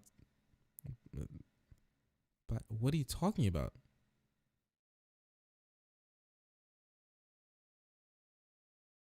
I don't know what's going on here. Yeah, 12,000 is really big. So yeah, now that we have the basic gist of what's going on. It's been such an institution for so long. It has. Now that we have the basic gist of what's going on, let's hear a little something. Oh, actually, here's a Boy Scouts girls troop. Here's a beautiful Boy Scouts girl troop. On this windy day here in Washington, D.C., these girls are trying to start a campfire, the same way the boys would in Scouts BSA. Sophie Shell discovers it's easier said than done. I thought it would be a cool opportunity to practice my leadership skills to get better at leading. There are about 40 all-girl troops in the Washington, D.C. area, now known as Scouts BSA instead of Boy Scouts, to reflect the change in separate troops for boys and girls from 11 to 17 years old. Craig Berhart says when his daughter asked to join Scouts BSA, he became the scoutmaster for the troop in Washington. It's a program that is very, very adaptable to girls. These girls jumped into this program with more enthusiasm, really, than I've seen in any other scouting unit. Cool. All right. So there's a girls section to Boy Scouts of America that lets girls join, and they learn the same things that the boys do. How cool. How interesting. Wow. Fun. Nobody cares. But that's a lie. Many people care. Many people care. They're very mad. They're very angry. I like being with all girls, but joins Boy Scouts. The hypocrisy of this little girl.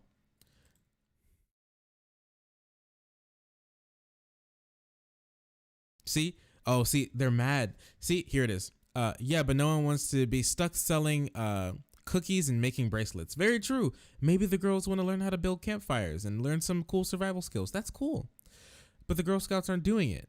Now, it would be cool if the Girl Scouts did, but if you could just go into the Boy Scouts and have like a division where there's girls and it'll be like what you want the Girl Scouts to be, but in the Boy Scouts, sounds fun. Nobody cares. Then change the Girl Scouts. See, here it is, right?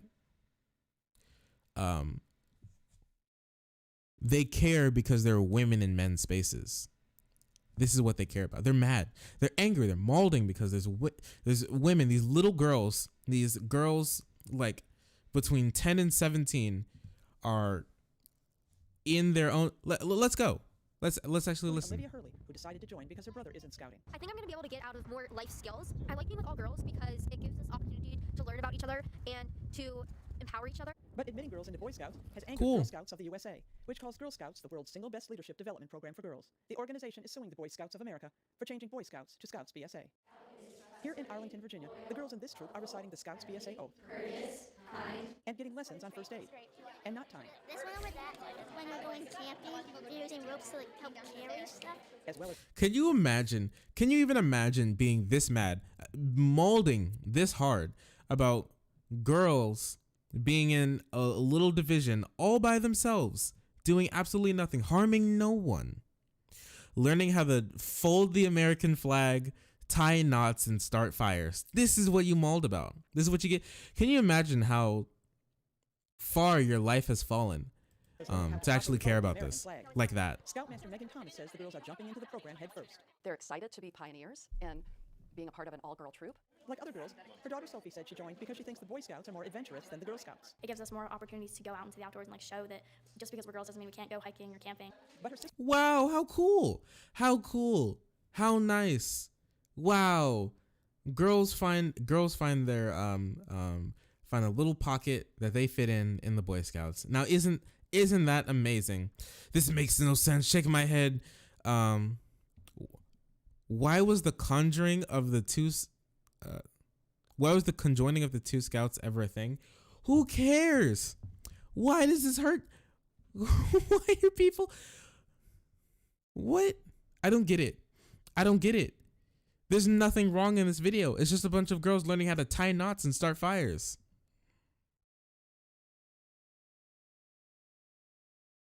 Since the girls got the Boy Scouts, let's get Miss Universe named to be Mr. and Mrs. Universe. Okay, so bad. No to all of this. Hey, can I join the girl? You know what? Maybe. You know what? Go ahead. Go start that. Go do that thing. Go to the Girl Scouts. Say you want a little pocket for boys where there's a whole boys division in the Girl Scouts. But you won't do that. They won't do that. Probably because they're really scared of like turning gay if they spend too much time around females. They're not pioneers. They're invaders. Invaders. They're aliens in our space. There's my testosterone. And being a part of an all-girl troop. They're What? excited to be pioneers and being a part of an all-girl troop. Wow, they're actually pioneers. Holy crap. All this leftist crap trying to teach boys and girls that they can be the same with no gender. I know the rest of my troop from 20 years would disagree with me entirely, including the Scoutmasters.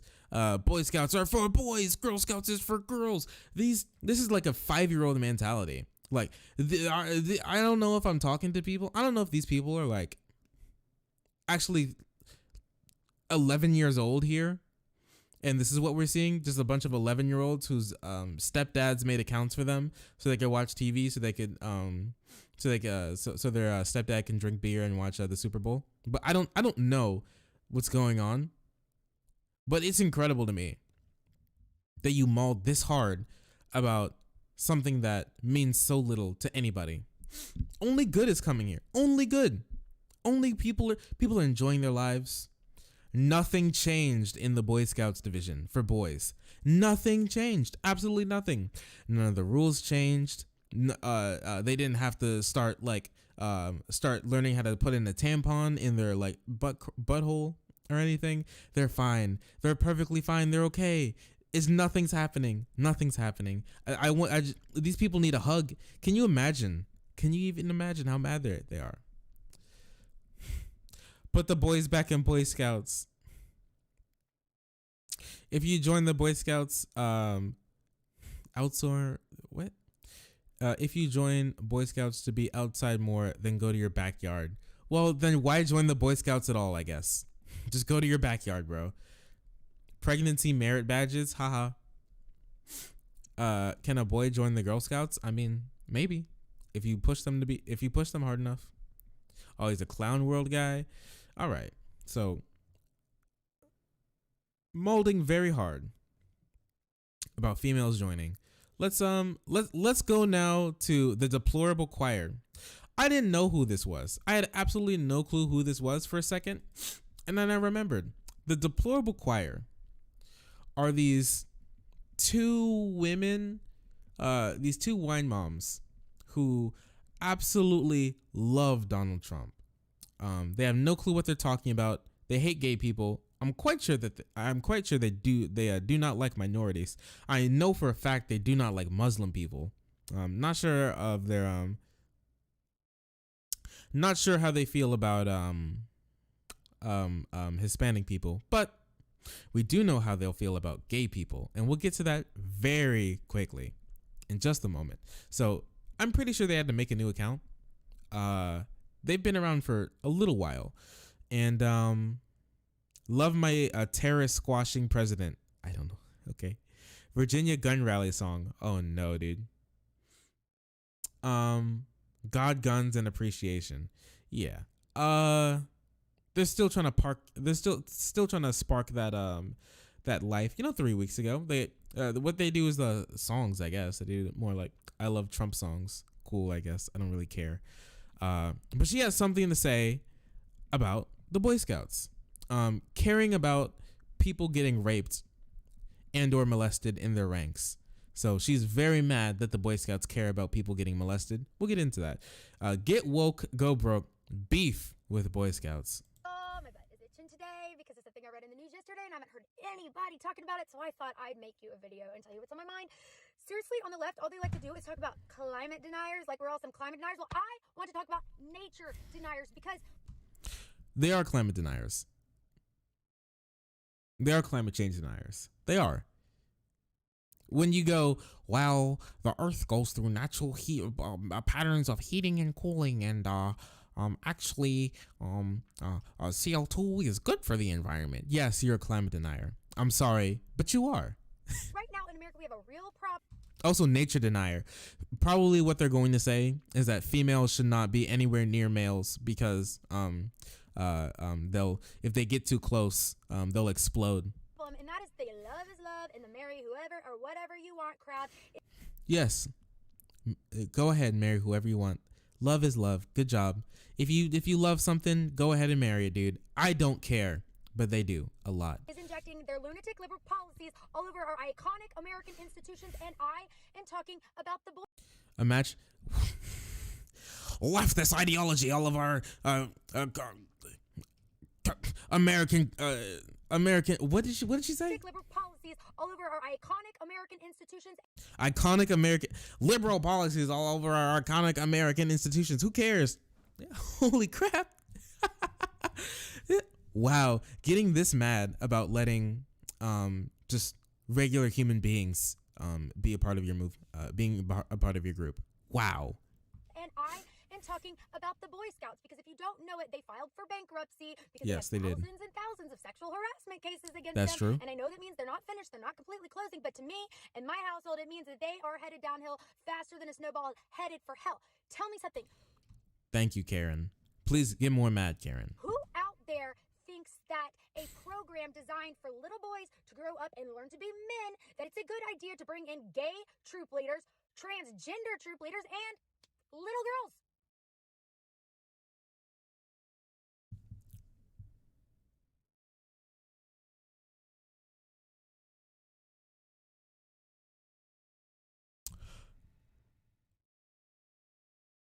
This is homophobic and transphobic and misogynistic.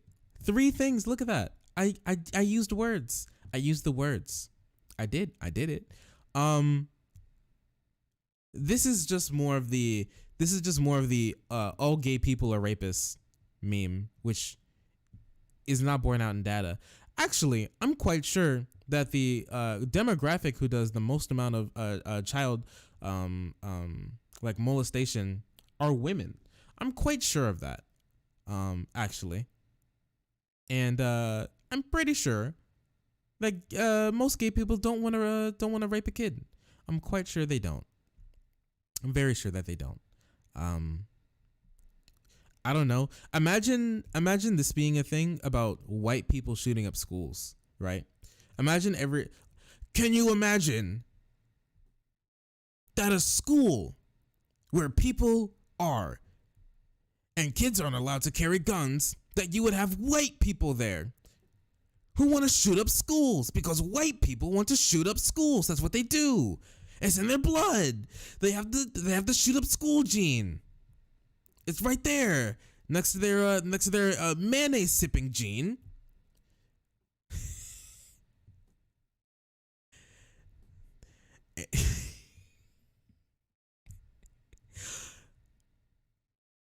No.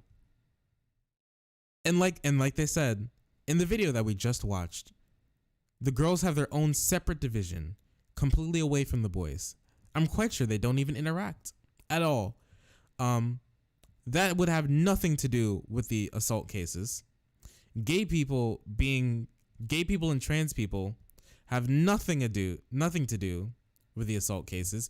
And even if she's saying that, it would be women transitioning into men who would be scout leaders, because I'm quite sure that the Boy Scouts don't have women scout leaders in the boys section. So it'd just be trans men who transition from women to men who are scout leaders. I don't know if you think that they just love to rape people. I don't think maybe she thinks that everybody who's not white, well, she didn't talk about race now. Maybe she just thinks everybody who's not like straight and cisgender is like prowling the streets, looking to scoop up kids and give little Susie back shots. I don't know, or little Timmy back shots. I don't know. But look at this dumb face who's like, got him, got the left. What are you talking about? And you don't think that sounds like a big sexual harassment lawsuit waiting to happen? No, it's not. It's actually not. It wasn't. This was building up over a lot of time, over many years. It had nothing to do with the gay people, trans people, or little girls who decided that they would like to learn how to build a fire, who joined the ranks of the of BSA. Nothing the left does ends in anything but demise. They are corrupting our Christian institutions. They're corrupting them. Corrupt the child. Yes, they're corrupting them. They're dumping chemicals in the water, turning the freaking frogs gay. They're confusing children when they tell them that some people who aren't straight exist. It's a complete downfall. We're in a tailspin, kamikaze heading towards the USS Sherman. It's not going well. Soon, the entire Earth will be sucked into Hades, and all of our souls will be devoured by the endless flames. They're corrupting our children, and because gay people decide to exist. I'm a mom, and I want to put an end to it. End to what? Oh, whoa. Oh, here's the she wants to put an end to it. This is her call for an uprising. Her time. That's her whistle. All right. That's the call to wake up all of the America first loving patriots to grab their AR-15s and to take to the streets and to shoot up the local post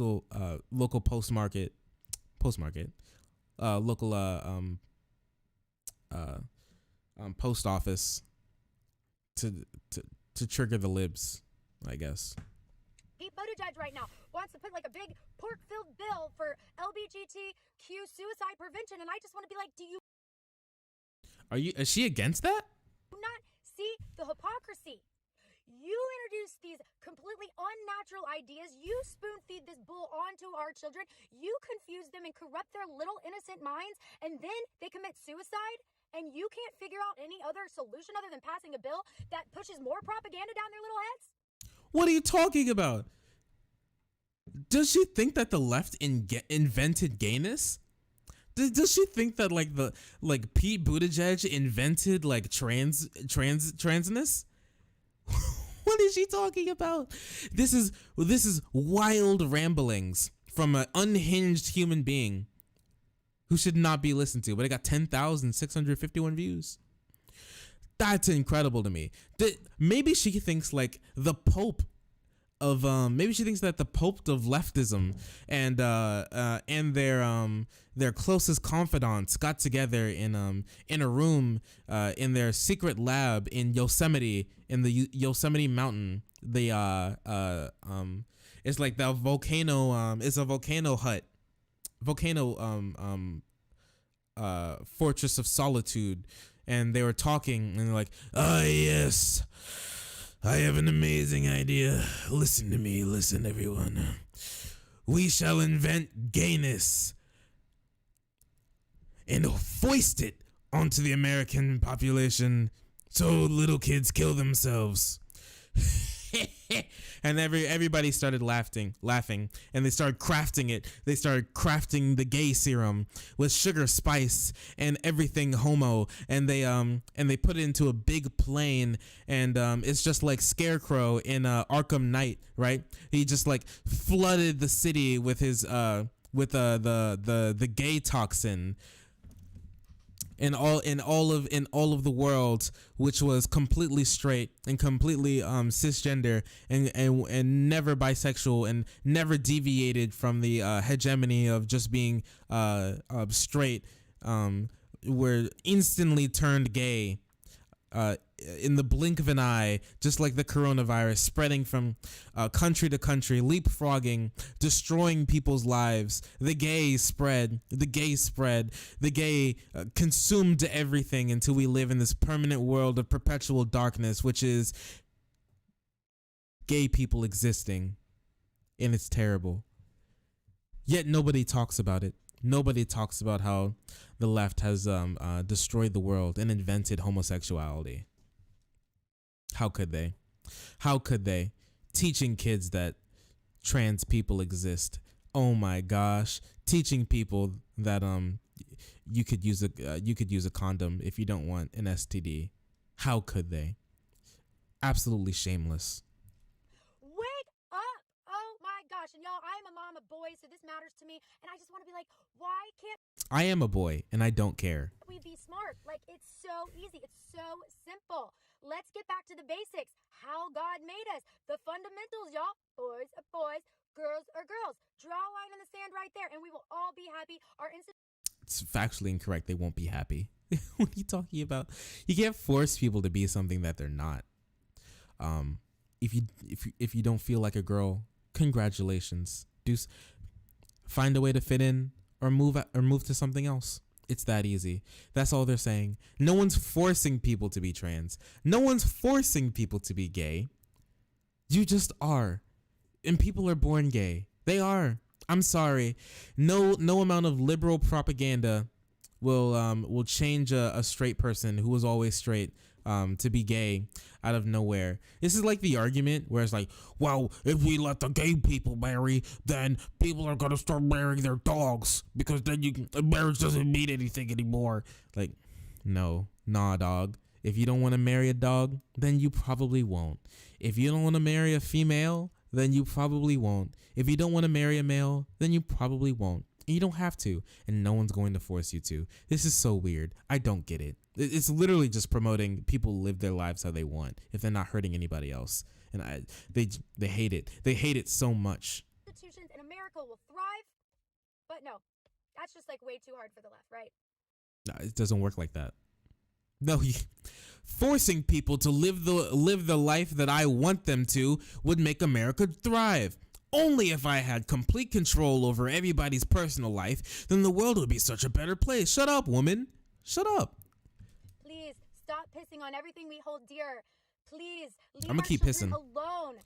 No one's forcing your children to do anything, you idiot. And What are you please talking let about? Boys be freaking boys. Well, they were, and then they got molested. So obviously that didn't work, I guess. I'm sorry. Okay? Can I get an amen? I hope nobody thinks this is hate speech. That's so annoying to me. I'm simply just stating facts. No, the first part was hate speech. I mean, it was. I'm sorry. Everybody knows it, but for some reason... Also, that wasn't facts. I don't know what you're talking about. Forcing, like, exerting your will and forcing someone to do something so personal as to choose who they love or what they identify as, to reach that far into someone's life and tell them what they should be, that is an intrusion, I think, of everything that we hold dear. I think that's a choice that you should be making in private, between you, yourself, and God. Okay? That's something that you do on your own time. And that's not something that we should force people to. Like, let's not mince words. She is advocating for forcing people to not be gay. She is. Like, but unless she believes that, like what I said was true, that left-wing people invented the gay and spread it amongst the world, like herpes or something. It's completely in vogue right now to deny it, and that kind of loony leftist mentality's got to go. One day She doesn't know what the word leftist they means. They are the masters of the mess they create, and you know what? We gotta say, Like, yeah, they're the masters. Yeah, maybe she does. Maybe she does think that the left created the gay. no, bye bye. Anyways, y'all have a good day. We have a book coming. This girl is also 70% forehead. I don't get it. She looks like a camel.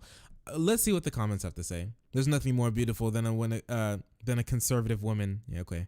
Why can't we strip the libtards of their citizenship and deport them? Ah, yes, because the Constitution means nothing anymore. Maybe it's some communist country that fits their mindset. I don't know anything. What's communist about letting gay people exist? I don't get it. This is a non-issue in Russia. Yes, because they just kill people. Is this what they're advocating for? You want to just kill people? See, these are the same people who cry so hard when people talk about how gay people or whatever are treated here in this country, and they're like, well, at least we're not Russia, you know, where they throw gay people off of roofs. And then he goes, well, if we took up the Russia way of fixing this problem, this wouldn't be one. Like, oh no, oh no, no, no, no, no, oh no, no, no. This is why I quit the scouting program. Can you imagine letting trans people exist? Can you even imagine? Take him to the nearest roof. Liberals ruin everything. Rip BSA. I don't get it. I don't get it, dude. Maybe they're just really not smart. Maybe they're just too dumb. Maybe I'm bashing mentally disabled people right now. I don't want to do that. That sounds kind of mean. I mean, she's got enough noggin here. I thought there was some brain in there. I guess not.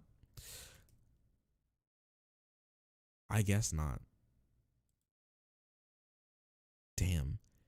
So angry over little girls learning how to tie knots. I'm astounded. I'm absolutely astounded. There's this as well. We can move on to Weekend, this. someone sent me this video of Mayor Bloomberg when he was announcing actually an initiative for black and brown men, and I think it was several $1 million initiative. I think we have that clip. There's this enormous cohort of black and Latino males aged, let's say, 16 to 25 that don't have jobs, don't have any prospects, don't know how to find jobs, don't know what their skill sets are, don't know how to behave in the workplace where they have to work collaboratively and collectively. See, and the problem that I have with it, he's saying black and brown boys between the ages of 16 and men 25 don't know how to behave in the workplace. I have to tell you, one of the things that we do teach our boys at home is how to respect their elders, how to work collaboratively with others. And so, you know, when I was coming up, Bloomberg is racist. I mean, we can just agree with that. I mean, he's the like essentialist sort of. He doesn't understand why these problems arise. He just knows that they do exist, and he's like, these problems exist. These people are doing it. Fuck them. And that's why he wanted to stop and frisk, and that's why he looks so far down on poor people, right? He wanted to fingerprint 600,000 people living in low-income housing, government assistant housing in New York, because he thought they were abusing them, because he thinks that like poor people are children who don't know how to handle anything. Kind of like the same idea that Destiny alluded to in that video. up and working in the workplace, I can't begin to tell you how many privileged white kids that I worked with that didn't know how to collaborate. I don't care about this meme. I don't care about the, well, what about white people? As his vice presidential pick, Wait, what is this? that understands the community. If he were to announce Stacey Abrams as so it's the big Stacey Abrams should be vice president meme. Honestly, I don't know much about Stacey Abrams. She ran for governor or whatever. I don't remember. She got screwed. I think she should stay in Georgia. mostly because she can do a lot of work there, way more work than she can do as a vice president. I don't know why people are running this around. Like, Beto O'Rourke would have done much better work staying in his lane or staying within his scope of influence, which would be in border regions of Texas, getting out the vote in Texas. Texas has one of the lowest voter turnouts of any state in the union. I think he would have done a great job staying in Texas. He's not in the Senate anymore. He's not in the Senate. Nah, he lost the Senate race. He's not in Congress. He lost his seat. He's not the president. He dropped out of the race. What's he doing? Literally nothing. And we don't want the same thing to happen to Stacey Abrams. I'm not sure what Stacey Abrams is doing right now. I know she is a part of an organization that helps get out the vote of African American and other minority communities in the state. But I highly doubt that she could do more work for Georgia, Georgians, or the country than she can in her state, helping out people on the ground. Vice presidential pick, he would be able to convince me. And no, see, this is the sort of Gen X boomer, diehard Democrat. They don't care about ideas; they care about the Democrats. Diehard Democrat, dumb meme, that's going on here, right? Ah, yes, this person with an arguably worse history on race than Donald J. Trump could win me over by picking some black lady as his vice president. Ah, yes, because that's definitely not something that he puts a lot of work into and cares about, because all he has to do is make her the vice president, and yes. Oh, wow, look how much he's changed. Oh, he's won me over. Wow, look at him. No, he'd use her as a pawn. That's the only reason he would. He knows that. Everybody knows that. That's why Biden wanted to pick Stacey Abrams as his vice president pick, because he wanted to use her as a pawn. Thankfully, Abrams was smart enough not to fall for it, but I know Bloomberg could pay someone to do it. Just play some random black lady to be his vice president pick. It's easy. He could do it in a snap of a finger. He wouldn't even have to do it himself. She would just appear next to him with all of his money. He could make it happen, and it would win over people like this. No, absolutely not. These are the people we fight against. Generally, vice presidential picks don't mean a lot to me, but for him, he needs that. So I'm saying it. It would mean nothing to me if he picked the casket of Martin Luther King Jr. himself, because I know it's not genuine. He only started apologizing for all of these things last year. Within the last year, he started to apologize for these things. And 2 years ago, he started to register as a Democrat. What are you talking about? He supported all of these things for years, his entire career. All of his racist, terrible policies, stop and frisk, his ideas of on poor people and minority communities, on policing is terrible on policing. Holy crap. And she can be, all of that can be brushed over, swept under the rug. Who cares about it? By picking some black lady as his VP pick. This is what we fight against. That's incredible to me. If he were to announce that kind of pick early on, I think that would be a winning. Well, as I said the other day, he did a lot for the black community too. But when he was announcing that initiative, that's what he said, Joy. Well, the Washington Post also that he had. Well, I can't speak, so I don't know what he's talking about. There's a lot here. First of all, that's 2011 on PBS. That's not something he said after a few drinks, like at dinner privately. That's something he said on air. So where there's smoke, there's just one second. Yeah. He also there's a lawsuit the Washington Post dug up where he was sued for saying there was a woman who was having trouble finding a nanny for her child, and he said it's a blanking baby. It doesn't know the difference between you and anyone else. All you need is some black who doesn't even have to speak English to rescue it from a burning building. You know, all I have to say, but I'm just saying. Oh, look, Joy's gonna get mad, right? I'm 110% on Megan's side, right? A broken clock is right twice a day, and Megan's a broken clock that that runs against the times, running counterclockwise, all right? She's right here to crucify Joy on this. Joy is so eager to brush over Bloomberg's atrocities in American politics just so he can be president. This is the level of degeneracy that we're on. That's incredible. You want to go up against Trump and you want to take the moral high ground, Democrats? I don't know if this guy is going to be the one. All I have to say, there are very fine people on both sides. That was in shock. I don't want this both sides meme. I don't care. I care about my side, okay? And if Bloomberg's trying to get in there, I don't care. Because Bloomberg isn't even running to be president. He doesn't care. He's running just to stop Bernie because he doesn't want his taxes raised. That's it. That's the only reason he's in. Everybody knows it. Everybody knows it, except for the people who don't like Bernie, right? Just like Joy. She just doesn't like Bernie. Ooh, this guy, finally, he has the money, and he has an awfully atrocious history with minority laws. Doesn't care. If she can, if this could take out Bernie Sanders, probably. I don't want to get too super conspiratorial here. I know she doesn't like him. It's probably it. Yeah. He said that removing Confederate monuments was trying to take away our culture. You want to take the moral high ground.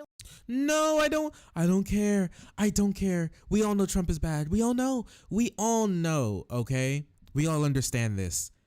Doesn't mean we should elect someone who's marginally better on than him on some issues. You're not going to win. You're not going to win. Because if that's the case, why would people vote for the dude who's marginally better and you don't know than the dude who's marginally maybe worse that's already in there? They just stay home. You're not going to win. This is incredible to me. I'm gonna keep saying it. Belittled the Black Lives Movement. He questioned whether Barack Obama. I'm not defending Trump because I'm attacking who are you? Bloomberg. What are you? You wanna clip chimp? You wanna clip chimp quotes? We can go to Bloomberg talking about how we need to just over police minority communities, just dump all of the police in minority communities because that's where all the crime is, and he still stands by that today.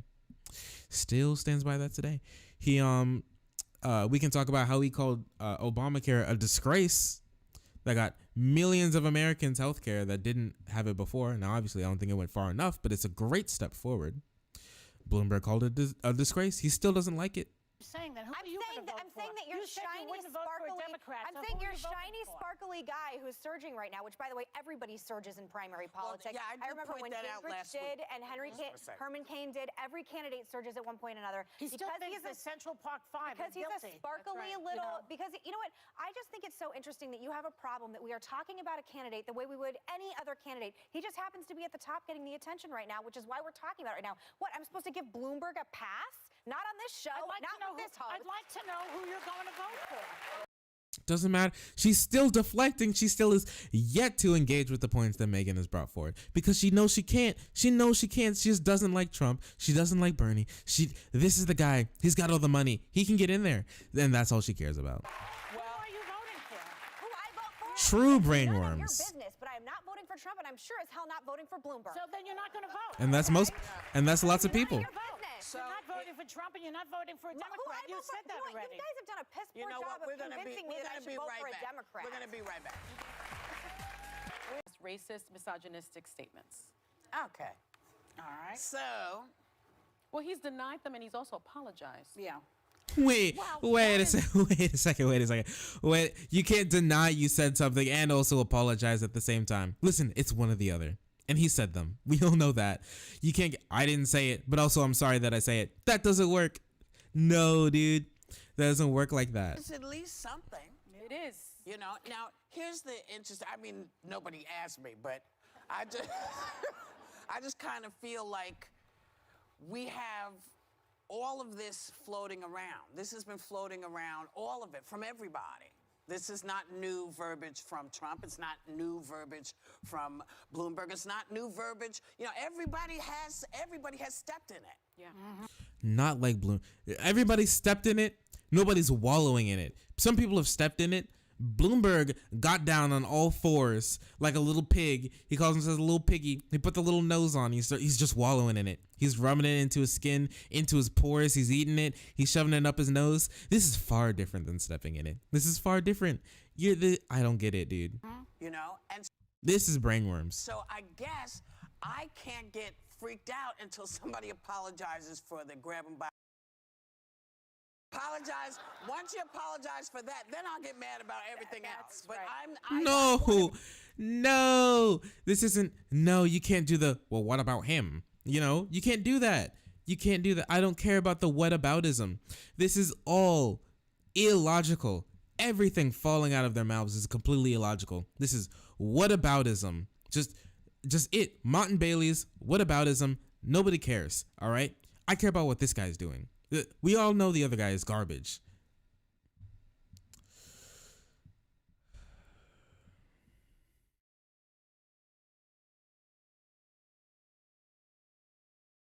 What blue states do I see is flipping red in the next 10 years, and what red states do I see flipping blue in the next 10 years? A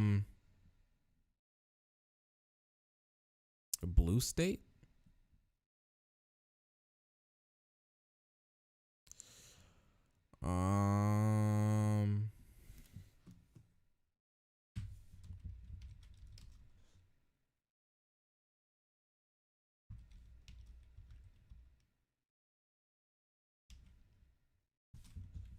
I know Texas is going to go blue in the next 10 years. I think, I'm not sure if I'd call the Rust Belt. I don't know if you call any of the Rust Belts, any of those states that are going to blue states. They've been blue for a while. Oh, hey, C, thanks for the Twitch sub. Oh, your first ever sub. Thank you so much for that. I appreciate that. No problem. I actually enjoy this question.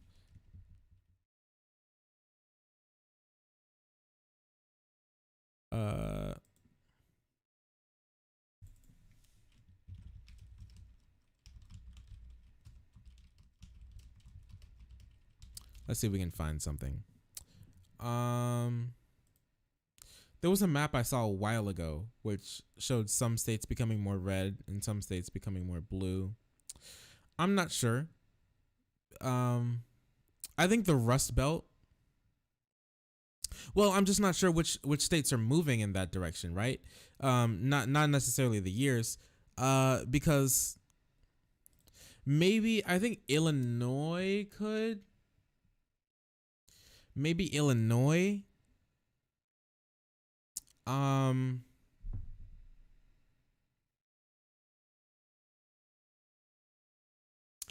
New Hampshire and Vermont. I think those could. There's a kind of swing state E. For general elections, well, for presidential elections, those guys are New Hampshire and what else? Like a lot of northeastern states are usually go blue, but I can see them going red maybe in the next 10 years, I guess. I don't know, but honestly, I see Arizona becoming pretty solidly blue in the next 10 years.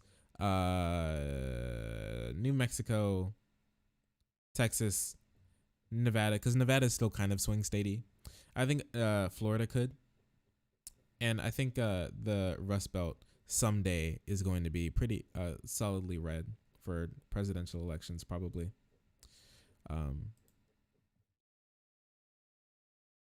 That's what I think, probably. What are your 3 states that you think?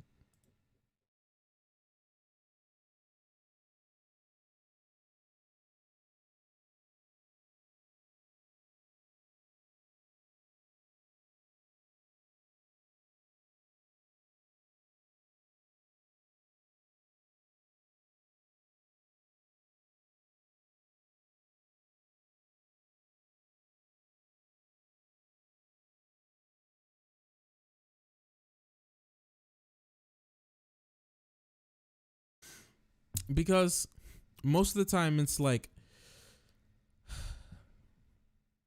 you see Oregon going red, you see Georgia going blue, and South Carolina going blue. Yeah.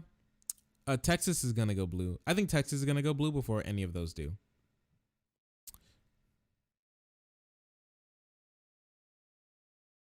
But yeah, just due to the population getting more the population just getting more diverse in general is going to swing a lot of countries, this in my countries, a lot of states more blue.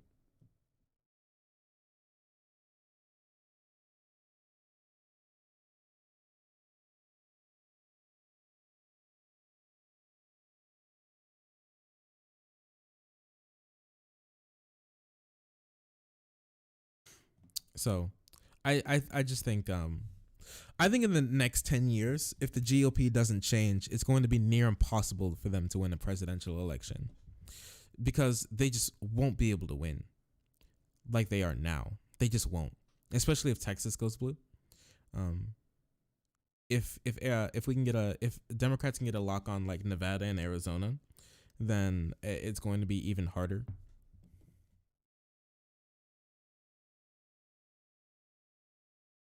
Look in the Mountain West, like this area is turning more blue.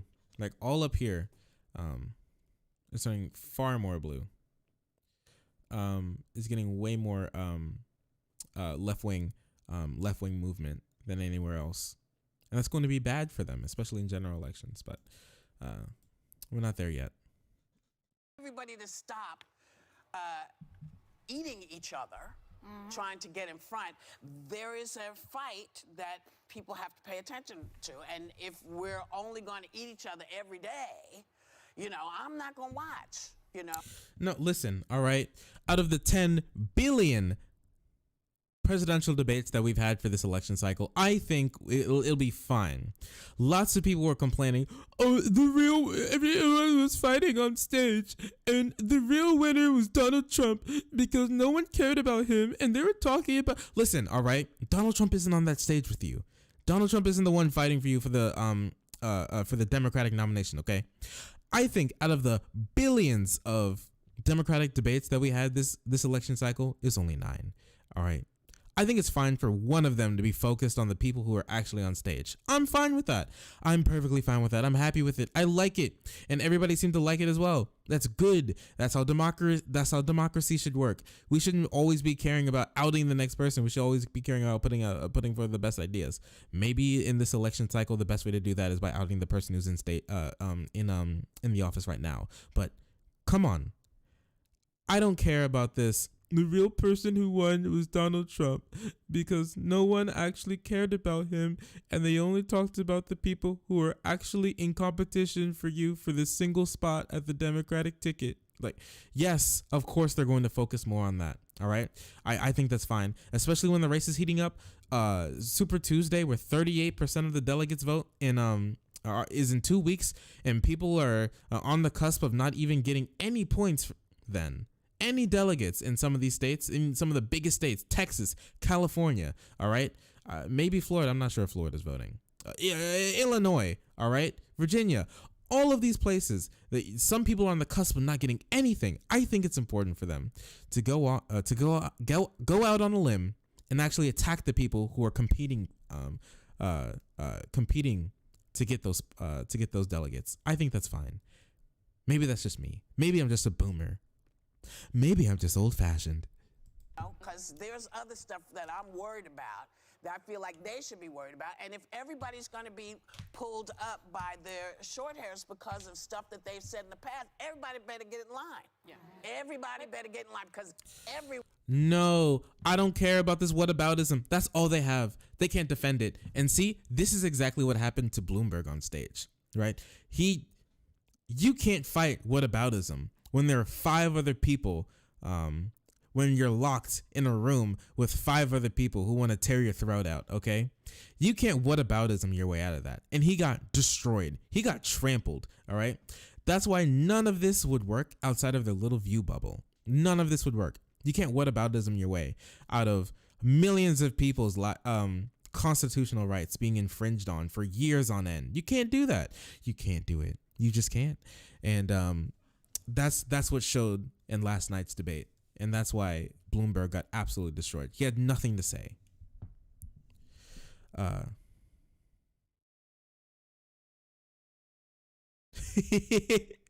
Destiny really is some sort of, he is a really special type of human being. Did you see his talk with that one therapist? I forgot his name, but that Twitch therapist. That was really interesting. Destiny assumed his true identity as Cloud Strife in that debate. I'm telling you. Honestly, that was the most telling video about Destiny that he's ever released. Everything fell into place when that video came out, when he talked to that therapist. If you haven't seen it, you need to watch it. I watched it over the course of I was running some errands after work for 2 hours. It wasn't 2 hours long, but you gotta get out of the car. You can't listen to it 24/7. But it was weird. It was really weird. Everyone has said something that has offended someone at some point. Well, yeah. I don't care. It's still whataboutism. That's all they have. Welcome to politics. That's how it works. Well, that's what I'm saying, So the idea that we are all sitting going, and then he said, and he's, oh my God, it's like. No. Oh, and then he said that all minorities are criminals, and then he implemented a policy that destroyed the constitutional rights of millions of Americans, 80% of which were minorities. We can't hold everybody to this standard, okay? I remember when someone wore blackface at a Halloween party back in the 80s. Come on. Yeah, and he was like, yeah, I remember. I know. We talked about it all. He wanted to ban big gulps. Yeah, supported the war in Iran. Didn't support Obamacare. Was it? Oh, whoa, chill out, dude. Whoa. Many quotes. Yeah, but big wall of text. But no, yeah, I get it. It's okay.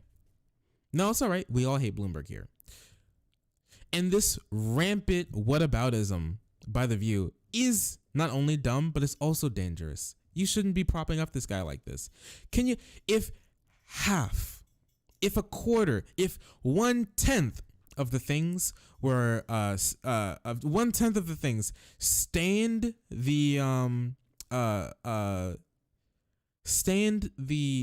history of a candidate like Elizabeth Warren, stained the history of a candidate like Bernie Sanders or Andrew Yang, they would be crucified, not figuratively, literally, like it's Saudi Arabia. They'd be crucified on Capitol Hill, all right? Or if any Republican came out with this. If Mitch McConnell had a history like this, which he does, he'd be crucified for it. If Ted Cruz did, if Jim Jordan did, if Marco Rubio did, or Rick Scott, if any other one, if any other Republican, any other human with an R right next to their name, when we're talking about politics, said 1/10 of the things that Bloomberg did, in any other context, he would be ostracized from reality. All right. But Bloomberg gets this special pass because he's fighting against, because he's trying to win against Trump. It's ridiculous. I don't get it. I don't get it. This is pure hypocrisy and it's dumb. It's completely illogical. Warren is a fake progressive. Warren is not a fake progressive. I disagree with her on a couple of issues. She's still my second choice. And I think if anybody who's a real progressive, who actually cares about improving the world, still believes that Warren is their second choice. If you're voting for Bernie Sanders first.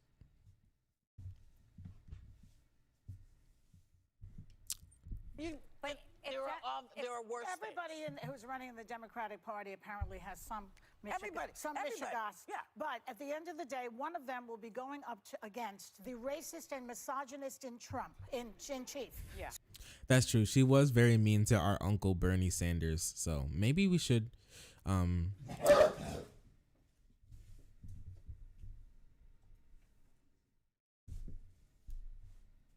maybe you're right. My dogs don't like Warren either.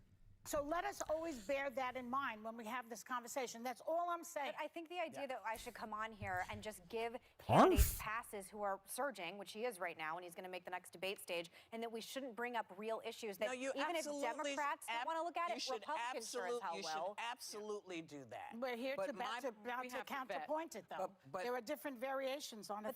But this conversation that we're having at the table, and that Sonny and I's concerned, because I still believe, I don't care who's president, that it is the highest office in the land. It's the most prestigious.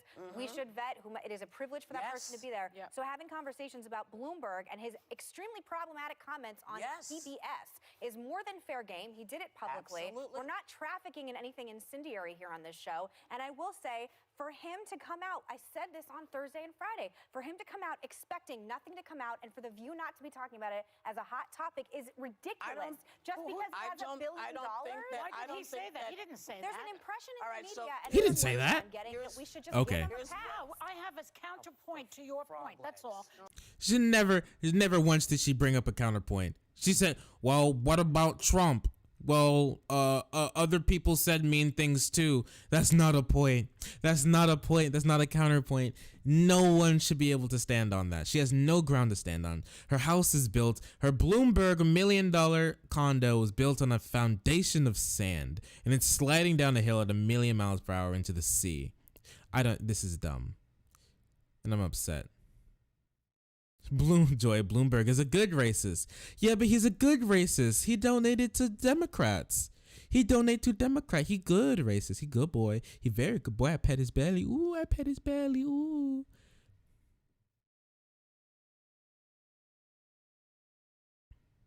Why is Joy attacking Megan? She's making good points because she doesn't care.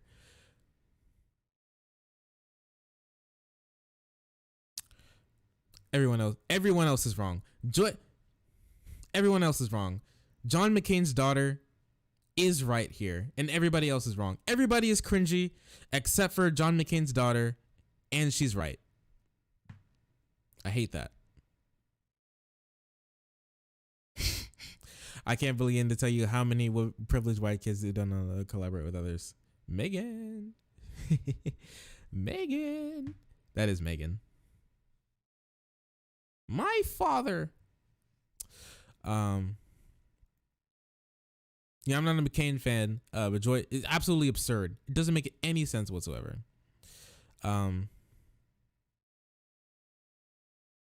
Yeah, this dude gives a monotone apology that he gives out 20 seconds before he says he announces for president and drops like $100 bajillion into the race, just so people won't talk about it. He absolutely has no cover for himself once he's slapped around on stage. And but he's running against Trump. But Trump said mean things too. If Trump says sorry, then I can forgive Bloomberg. No.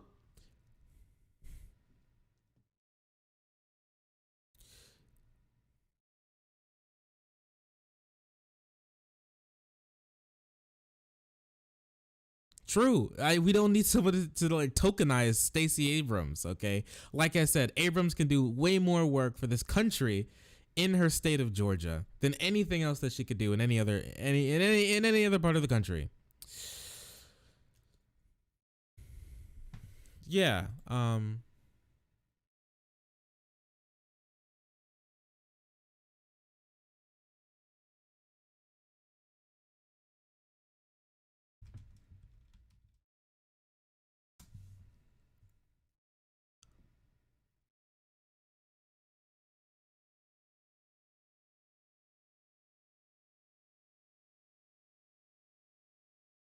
I was trying to find it. I can't find it. They did actually cut the last question from the debate.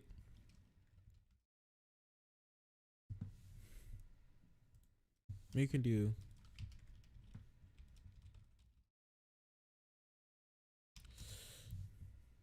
last question.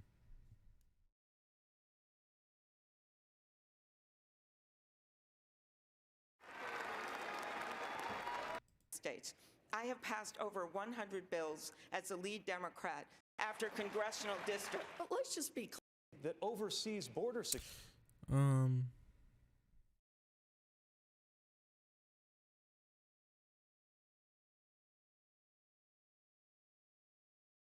last night was pretty cringe for everybody. Not gonna lie.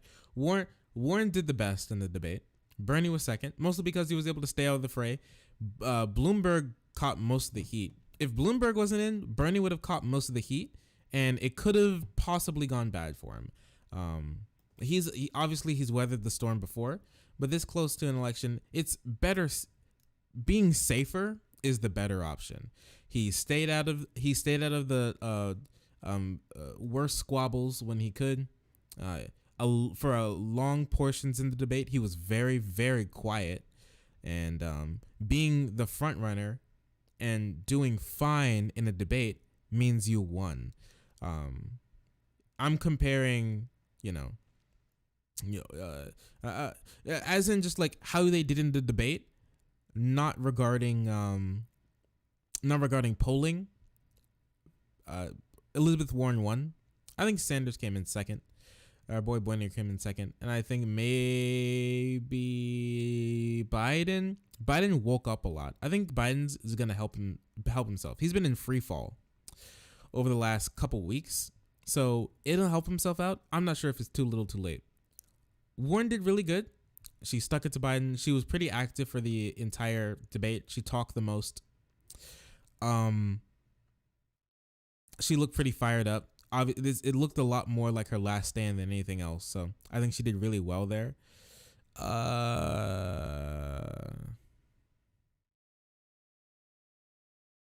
And then Buttigieg, and then Klobuchar, and then Bloomberg. Obviously Bloomberg at the bottom because he got eviscerated.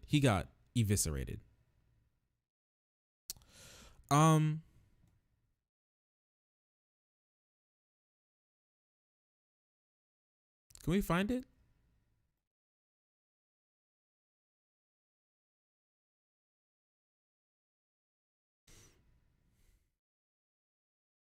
Next, we're going to just look at this one. Should the person with the most delegates at the end of this primary season be the nominee, even if they are short of a majority? Senator Sanders, I'm going to let you go last here because I know your view on this. So instead, I will start with you, Mayor Bloomberg. Whatever the rules of the Democratic Party are, they should be followed. And if they have a process, which I believe they do, I'm trying to do so this that yes or no to make everybody it else, fast. everybody can. So you want the convention to work its will? Yes. Senator Warren. But a convention working its will means that people have the delegates that are pledged to them, and they keep those delegates until you come to the convention. All of the people. All righty. Vice President Biden? Play by the That's a rules. no. The leading person with the delegates, should they be the nominee or not? No, let the process No. work its way out. Mayor Buttigieg? Not necessarily. Not to listen. Senator Klobuchar? That's a no. Let the process work. Senator That's Sanders? a no. Well, the process includes 500 superdelegates on the second ballot. So I think that the will of the people should prevail. Yes.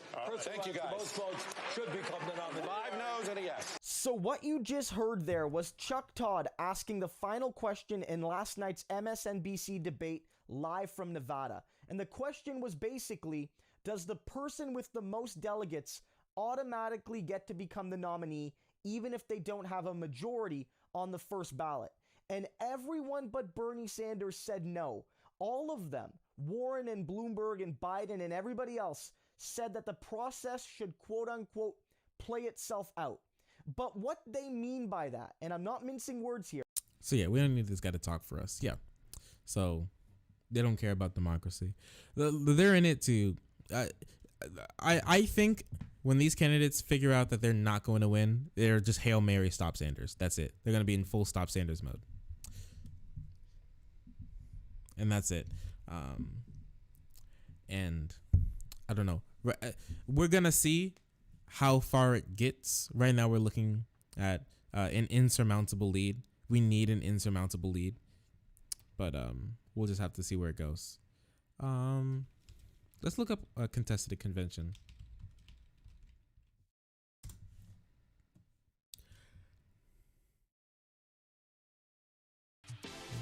The Nevada debate is in the rear view, but the Nevada caucus is the day after tomorrow. Coming at us fast. Here to discuss what the Sanders campaign thinks about the Senators' debate performance last night and what they expect from the caucuses in Nevada is National Press Secretary for the campaign. A chance to address that as well as the birtherism comment.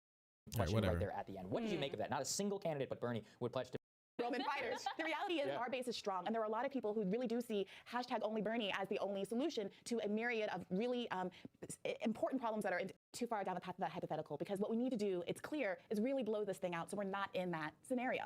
We have, at this point, a pretty significant lead in Nevada, and we don't want to count our chickens before it's hatched. But this is exactly why looking at the polls, seeing us ahead is not an excuse for anybody to rest on their laurels, to stay home, to want a lot of the working class voters who are returning be shrinking. I saw one poll in particular that had Senator Sanders actually tied with Biden for the lead. I mean, does that track with what you all are seeing as well? Do you think that you... I wanted to see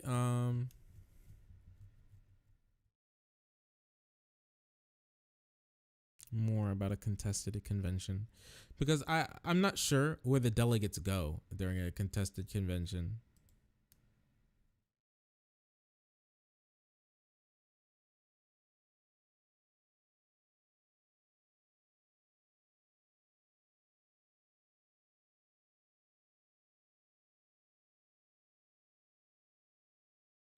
As we head into the New Hampshire primary tonight, more Democratic officials are worried about a possible brokered convention. In his latest piece for The Hill, national political reporter Jonathan Easley spoke with party experts in New Hampshire who cite the chaos in Iowa and Michael Bloomberg's entry into the race as cause for concern.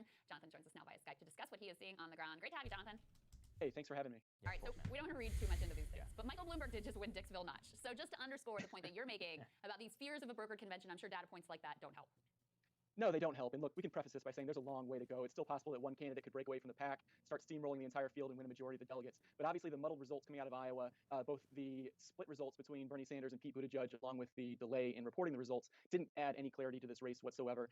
Democrats are obviously hopeful that we'll get some clarity tonight in New Hampshire. It looks like Bernie Sanders might be headed for a small win, potentially over Pete Buttigieg, maybe a big win. We don't know yet. But there's just so much uncertainty in this field. Not a lot of candidates have a lot of incentive to get out of this race after New Hampshire. Joe Biden is banking his entire campaign on South Carolina, essentially. But yeah, the big wild card in all of this is Mike Bloomberg, who's waiting for the entire field on the other side of Super Tuesday. He spent $350 million in television ads, and it's working.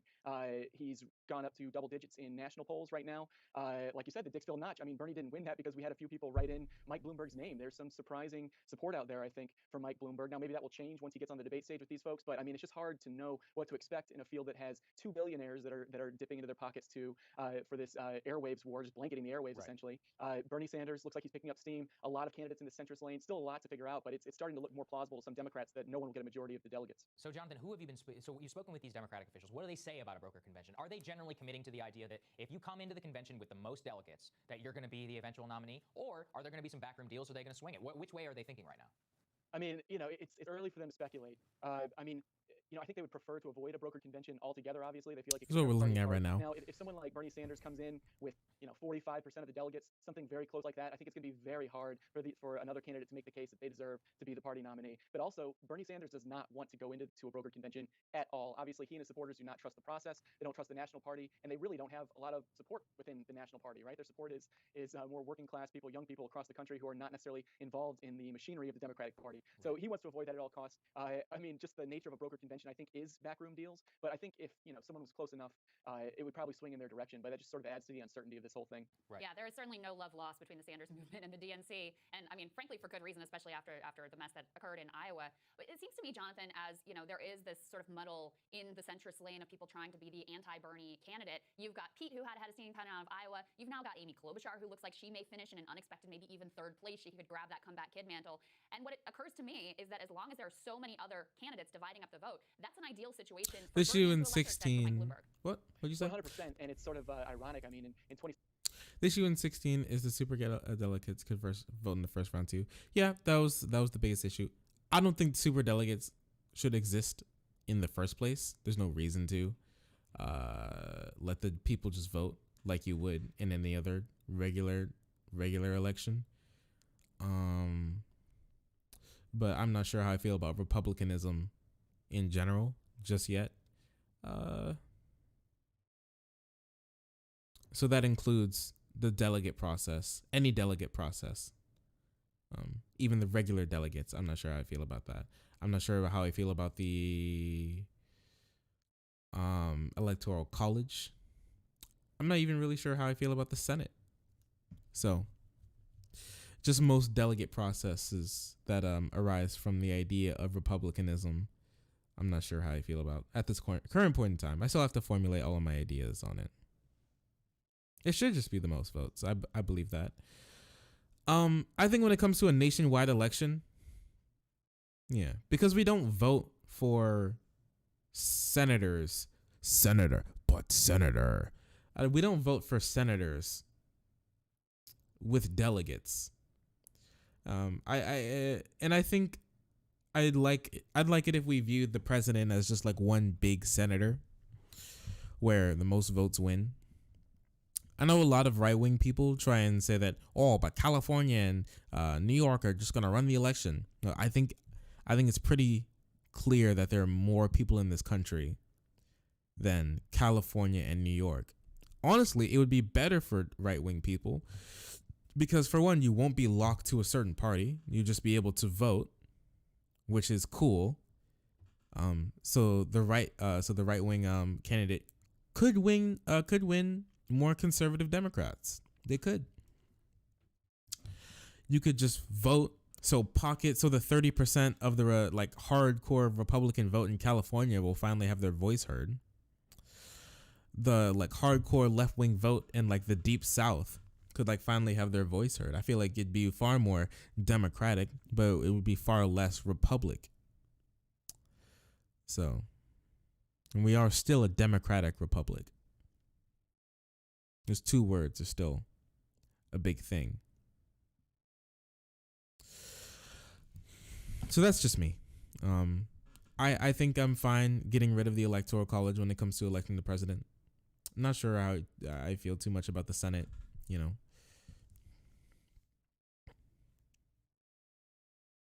think the House is cool. 2016, a lot of people said Bernie benefited by virtue of being the only alternative to Clinton. Well, this time around, it looks like he's benefiting from this massive field of centrists or moderates competing to be the centrist standard bearer. So yeah, in the near future, as long as Joe Biden and Pete Buttigieg and Amy Klobuchar are competing for the sort of those moderate votes, I think it does help Bernie Sanders. He's obviously galvanized the left. He's clearly overtaken Warren as sort of the favorite progressive standard bearer. And so I think you're going to start seeing some pressure, maybe even as soon as after New Hampshire, for some of these candidates to drop out. There is a clear contingent within the Democratic Party that is fearful of a Sanders candidacy and wants one of these centrists to emerge. And if they continue to split the vote, I think we'll start to hear a lot more from them about whether some of these centrists should start dropping out. Well, so Jonathan, who has the energy there on the ground? You're on the ground in New Hampshire right now. What are you seeing? Yeah, well, I mean, clearly, Bernie Sanders has the grassroots support. I mean, we saw Andy's got the celebrity star wattage, the rock concert last night with the Strokes out in Durham, 7,000 people. I went out to he'll do really well in the rural parts of the state. I went out to Rochester. There was a quaint old opera house that he packed. Hundreds. I think it was 1,000 capacity, about that many people. Hundreds got turned away. Bernie Sanders is the hot ticket. Pete Buttigieg as well. I mean, he was getting massive crowds. He set the record for the largest crowd in New Hampshire on Saturday morning before Bernie Sanders eclipsed his record. South Carolina primary is going to be the 29th. Oh, you gifted a sub. Oh, thank you so much, C. I appreciate that. Well, there you go, Bogue. You're a subscriber now. I appreciate that a lot. I really do.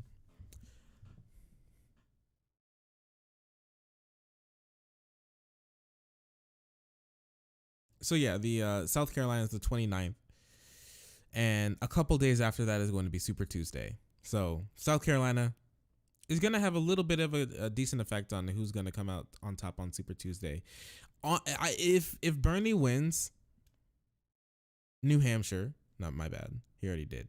If Bernie wins Nevada, and then he takes on South Carolina, and he wins South Carolina, or has this good of a showing in South Carolina, I think he's going to just sweep up.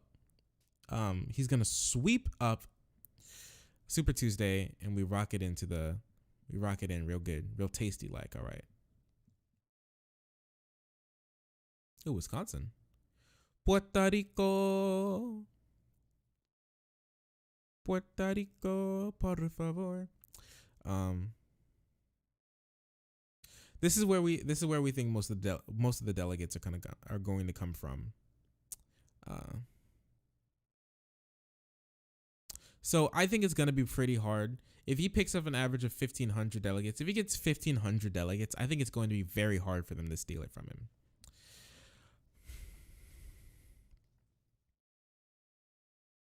Yeah, he's going to do really good in Texas. He's actually leading in the non-white vote. He's leading in the white vote and the non-white vote. Not the black vote, but the non-white vote in total. So he's leading with white voters and non-white voters. So this is very good. It's very, very good for him. So this is where we're looking at right now. So Super Tuesday is going to be the next one, and then 4 states. What are the 4 states? March 17th.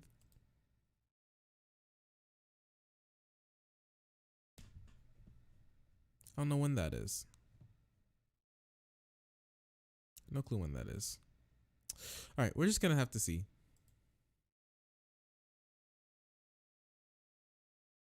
We're just gonna have to see where all the chips fall. Record late in the afternoon. Those two clearly headed for a heavyweight showdown tonight. We'll see who can do better with that. Amy Klobuchar, like we mentioned, she's getting a lot of buzz. We're gonna have to wait and see if this is just media-generated buzz from her strong debate performance, or whether she can turn that into success at the ballot box. Those three are the clear buzzworthy candidates. Not a lot of energy right. So yeah, let's look at some political polls. We're gonna take a look at a couple polls, and then we'll probably wrap it up. I think the media is propping him up hard to win everything in Nevada. So if he doesn't, he can be underperformed. Well, not really. I don't think he's being necessarily propped up like that. I mean, we can look at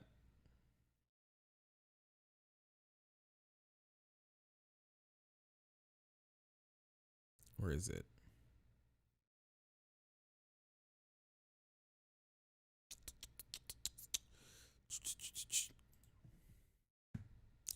We could look at the last polls that came out.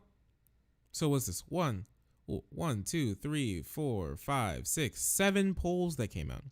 In the last 7 polls that came out, Bernie Sanders was leading between 7 and 16 points. I mean, right now, if he doesn't take, if he has a really poor showing, I think I think that's warranted. I think it's warranted when you jump from within like a week, you jump from being down 4 points to leading. Well, it's not a week, but it's more than a week. In 2 weeks, you go from being down 4 points to leading by 11, right? So we're just gonna have to see where we go here. 32, 29, 24, and the closest was 18. 27, 29, 31, 28. That's a big lead. It's a big lead everywhere. And these are good polls. Survey USA, that's a good poll. PBS Mars, that's a good poll. NBC, that's a good poll. Obviously, Emerson's going to see us doing well. ABC, those are good polls. These are good polls that show him leading very strongly. He's led in the last like 9 polls. So I'm running for president 2024, and you have one goal. What's your one goal? Cat girls for all. Everybody gets a cute little cat girl to sit on their lap.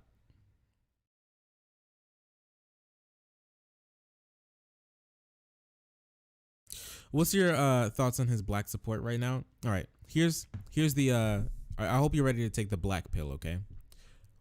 Most black people consider themselves conservative. Most black people are conservative, right? Is still a very, very highly religious base, still very traditionally conservative, right? Homophobia is something that runs rampant. Transphobia is something that runs rampant in the black community. It does, okay? It just does. We can all agree with this. Most black people consider themselves conservative. So by nature, they're less likely to buy into Bernie Sanders' message. That, and also just through history, black people are less trusting of the government for good reason.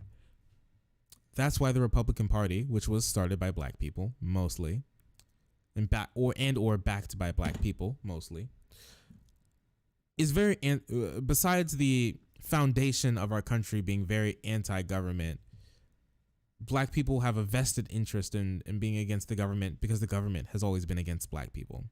So it's still a tall order to ask black people to this very day. We can talk about stop and frisk.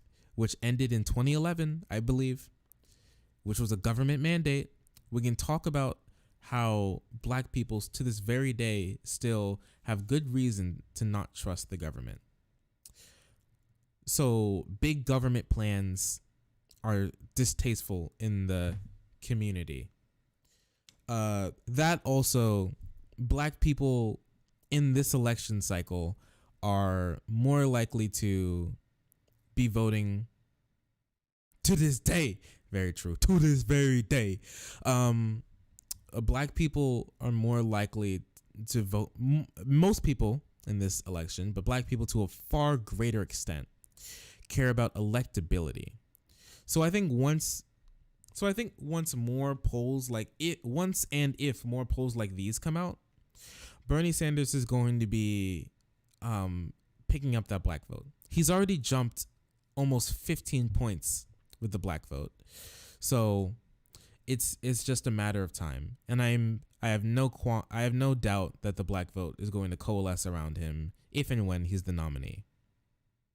It's more because black people consider themselves conservative, but they still vote very much in the way of Democrats. And they won't be voting for Republicans anytime soon. Now I have a question. I'm not trying to offend anybody, be negative with this. Go ahead, buddy. Wait, what were you saying? My entire platform is to win the state of Wyoming. And it's 3 electoral votes. That's a mammoth task, but I'm going to try and do it. So vote for me. I'd vote for you, buddy, if I lived in Wyoming, but sadly, no one lives in Wyoming. And I will win the state of Wyoming.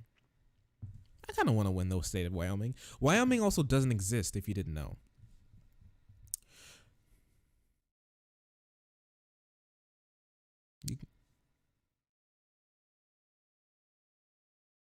The 3 people who are all delegates live in Wyoming. And I think one of them may be a moose. We know Sanders is a socialist, which leads down to the path of communism. Not really. I'd take contention with that point. It doesn't really lead down to the path of communism. Or at all. Socialism and communism are 2 different things. But let's say the Republicans put up a far right fascist and go against the socialist type candidate. Would more people flock to what you think? I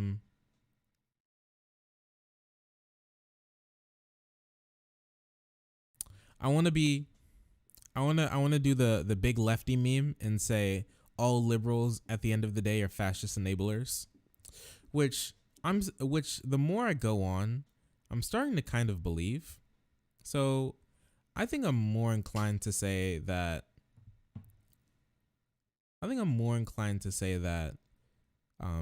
especially in this country where the Overton window is still pushed quite far to the right, that more people would be fine with an actual literal fascist than an actual literal socialist. Depending on the weather and what direction the wind's blowing, if you know what I mean.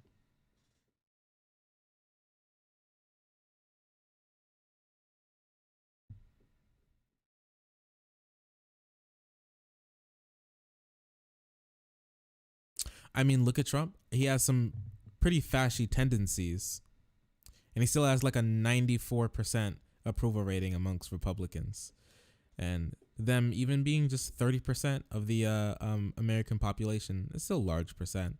So like just 30% just flocking towards that candidate. Now, Bernie Sanders is a socialist, sure, but he's not advocating for socialism, which I think is 2 different things. If Bernie was literally on stage all the time advocating for workers' ownership of the means of production, I think he wouldn't be getting as far as he would. And it's just like he's capitalizing on circumstances that have been happening, like any revolutionary does. So yeah, we're looking for a good performance up in Nevada that can slingshot us into a good performance in South Carolina, and that can slingshot us into an excellent performance in Super Tuesday, which could help us win. Could help us be the big win. Oh, look at Buttigieg with 14 points.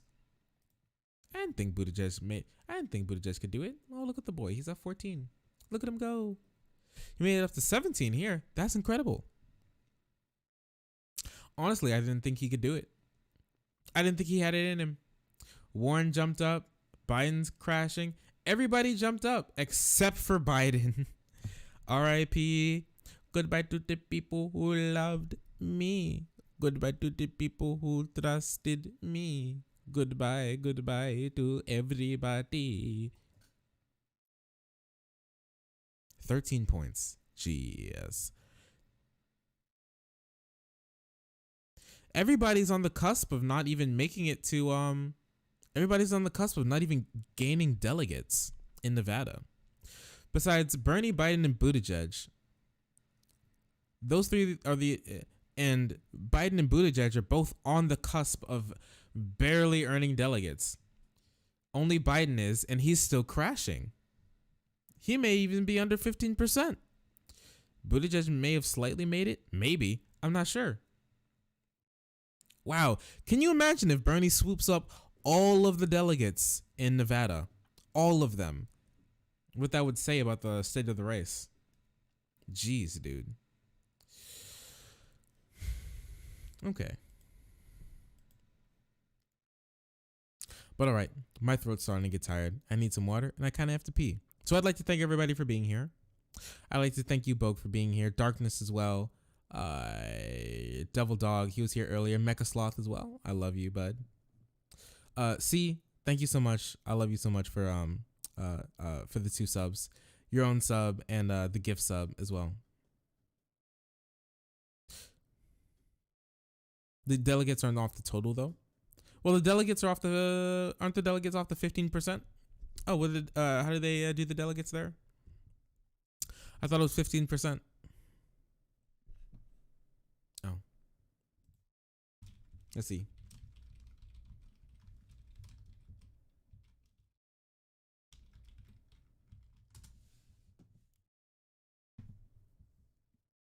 Really?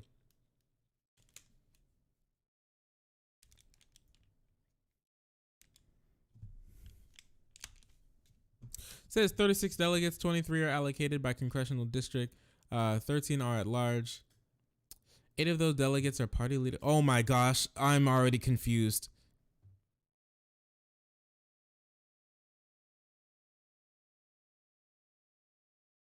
How delegates are awarded. The state has 4 congressional districts. Candidates' performance will determine the 23 district. Oh, they have state delegate equivalents, kind of like Iowa does. Candidates' performance will determine the 23 district level delegates, and statewide results will determine how many of the 11 at-large and pledged official delegates each candidate wins. For a precinct electing 4 or more delegates, the viability threshold is 15%. For precincts electing 3 delegates, the threshold is 1/6 of the attendees. Okay. That's 20. What is that? 15. What? Is that 15%? Wait a second. Am I dumb?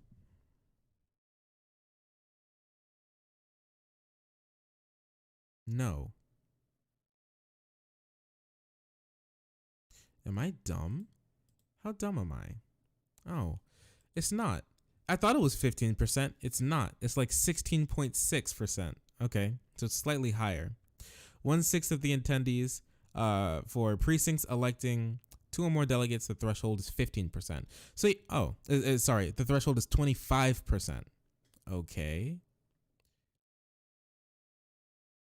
Interesting, weird, and also dumb. Abolish caucuses and abolish Nevada. All right, that's going to be a good night for me. Thank you, everybody, for being here.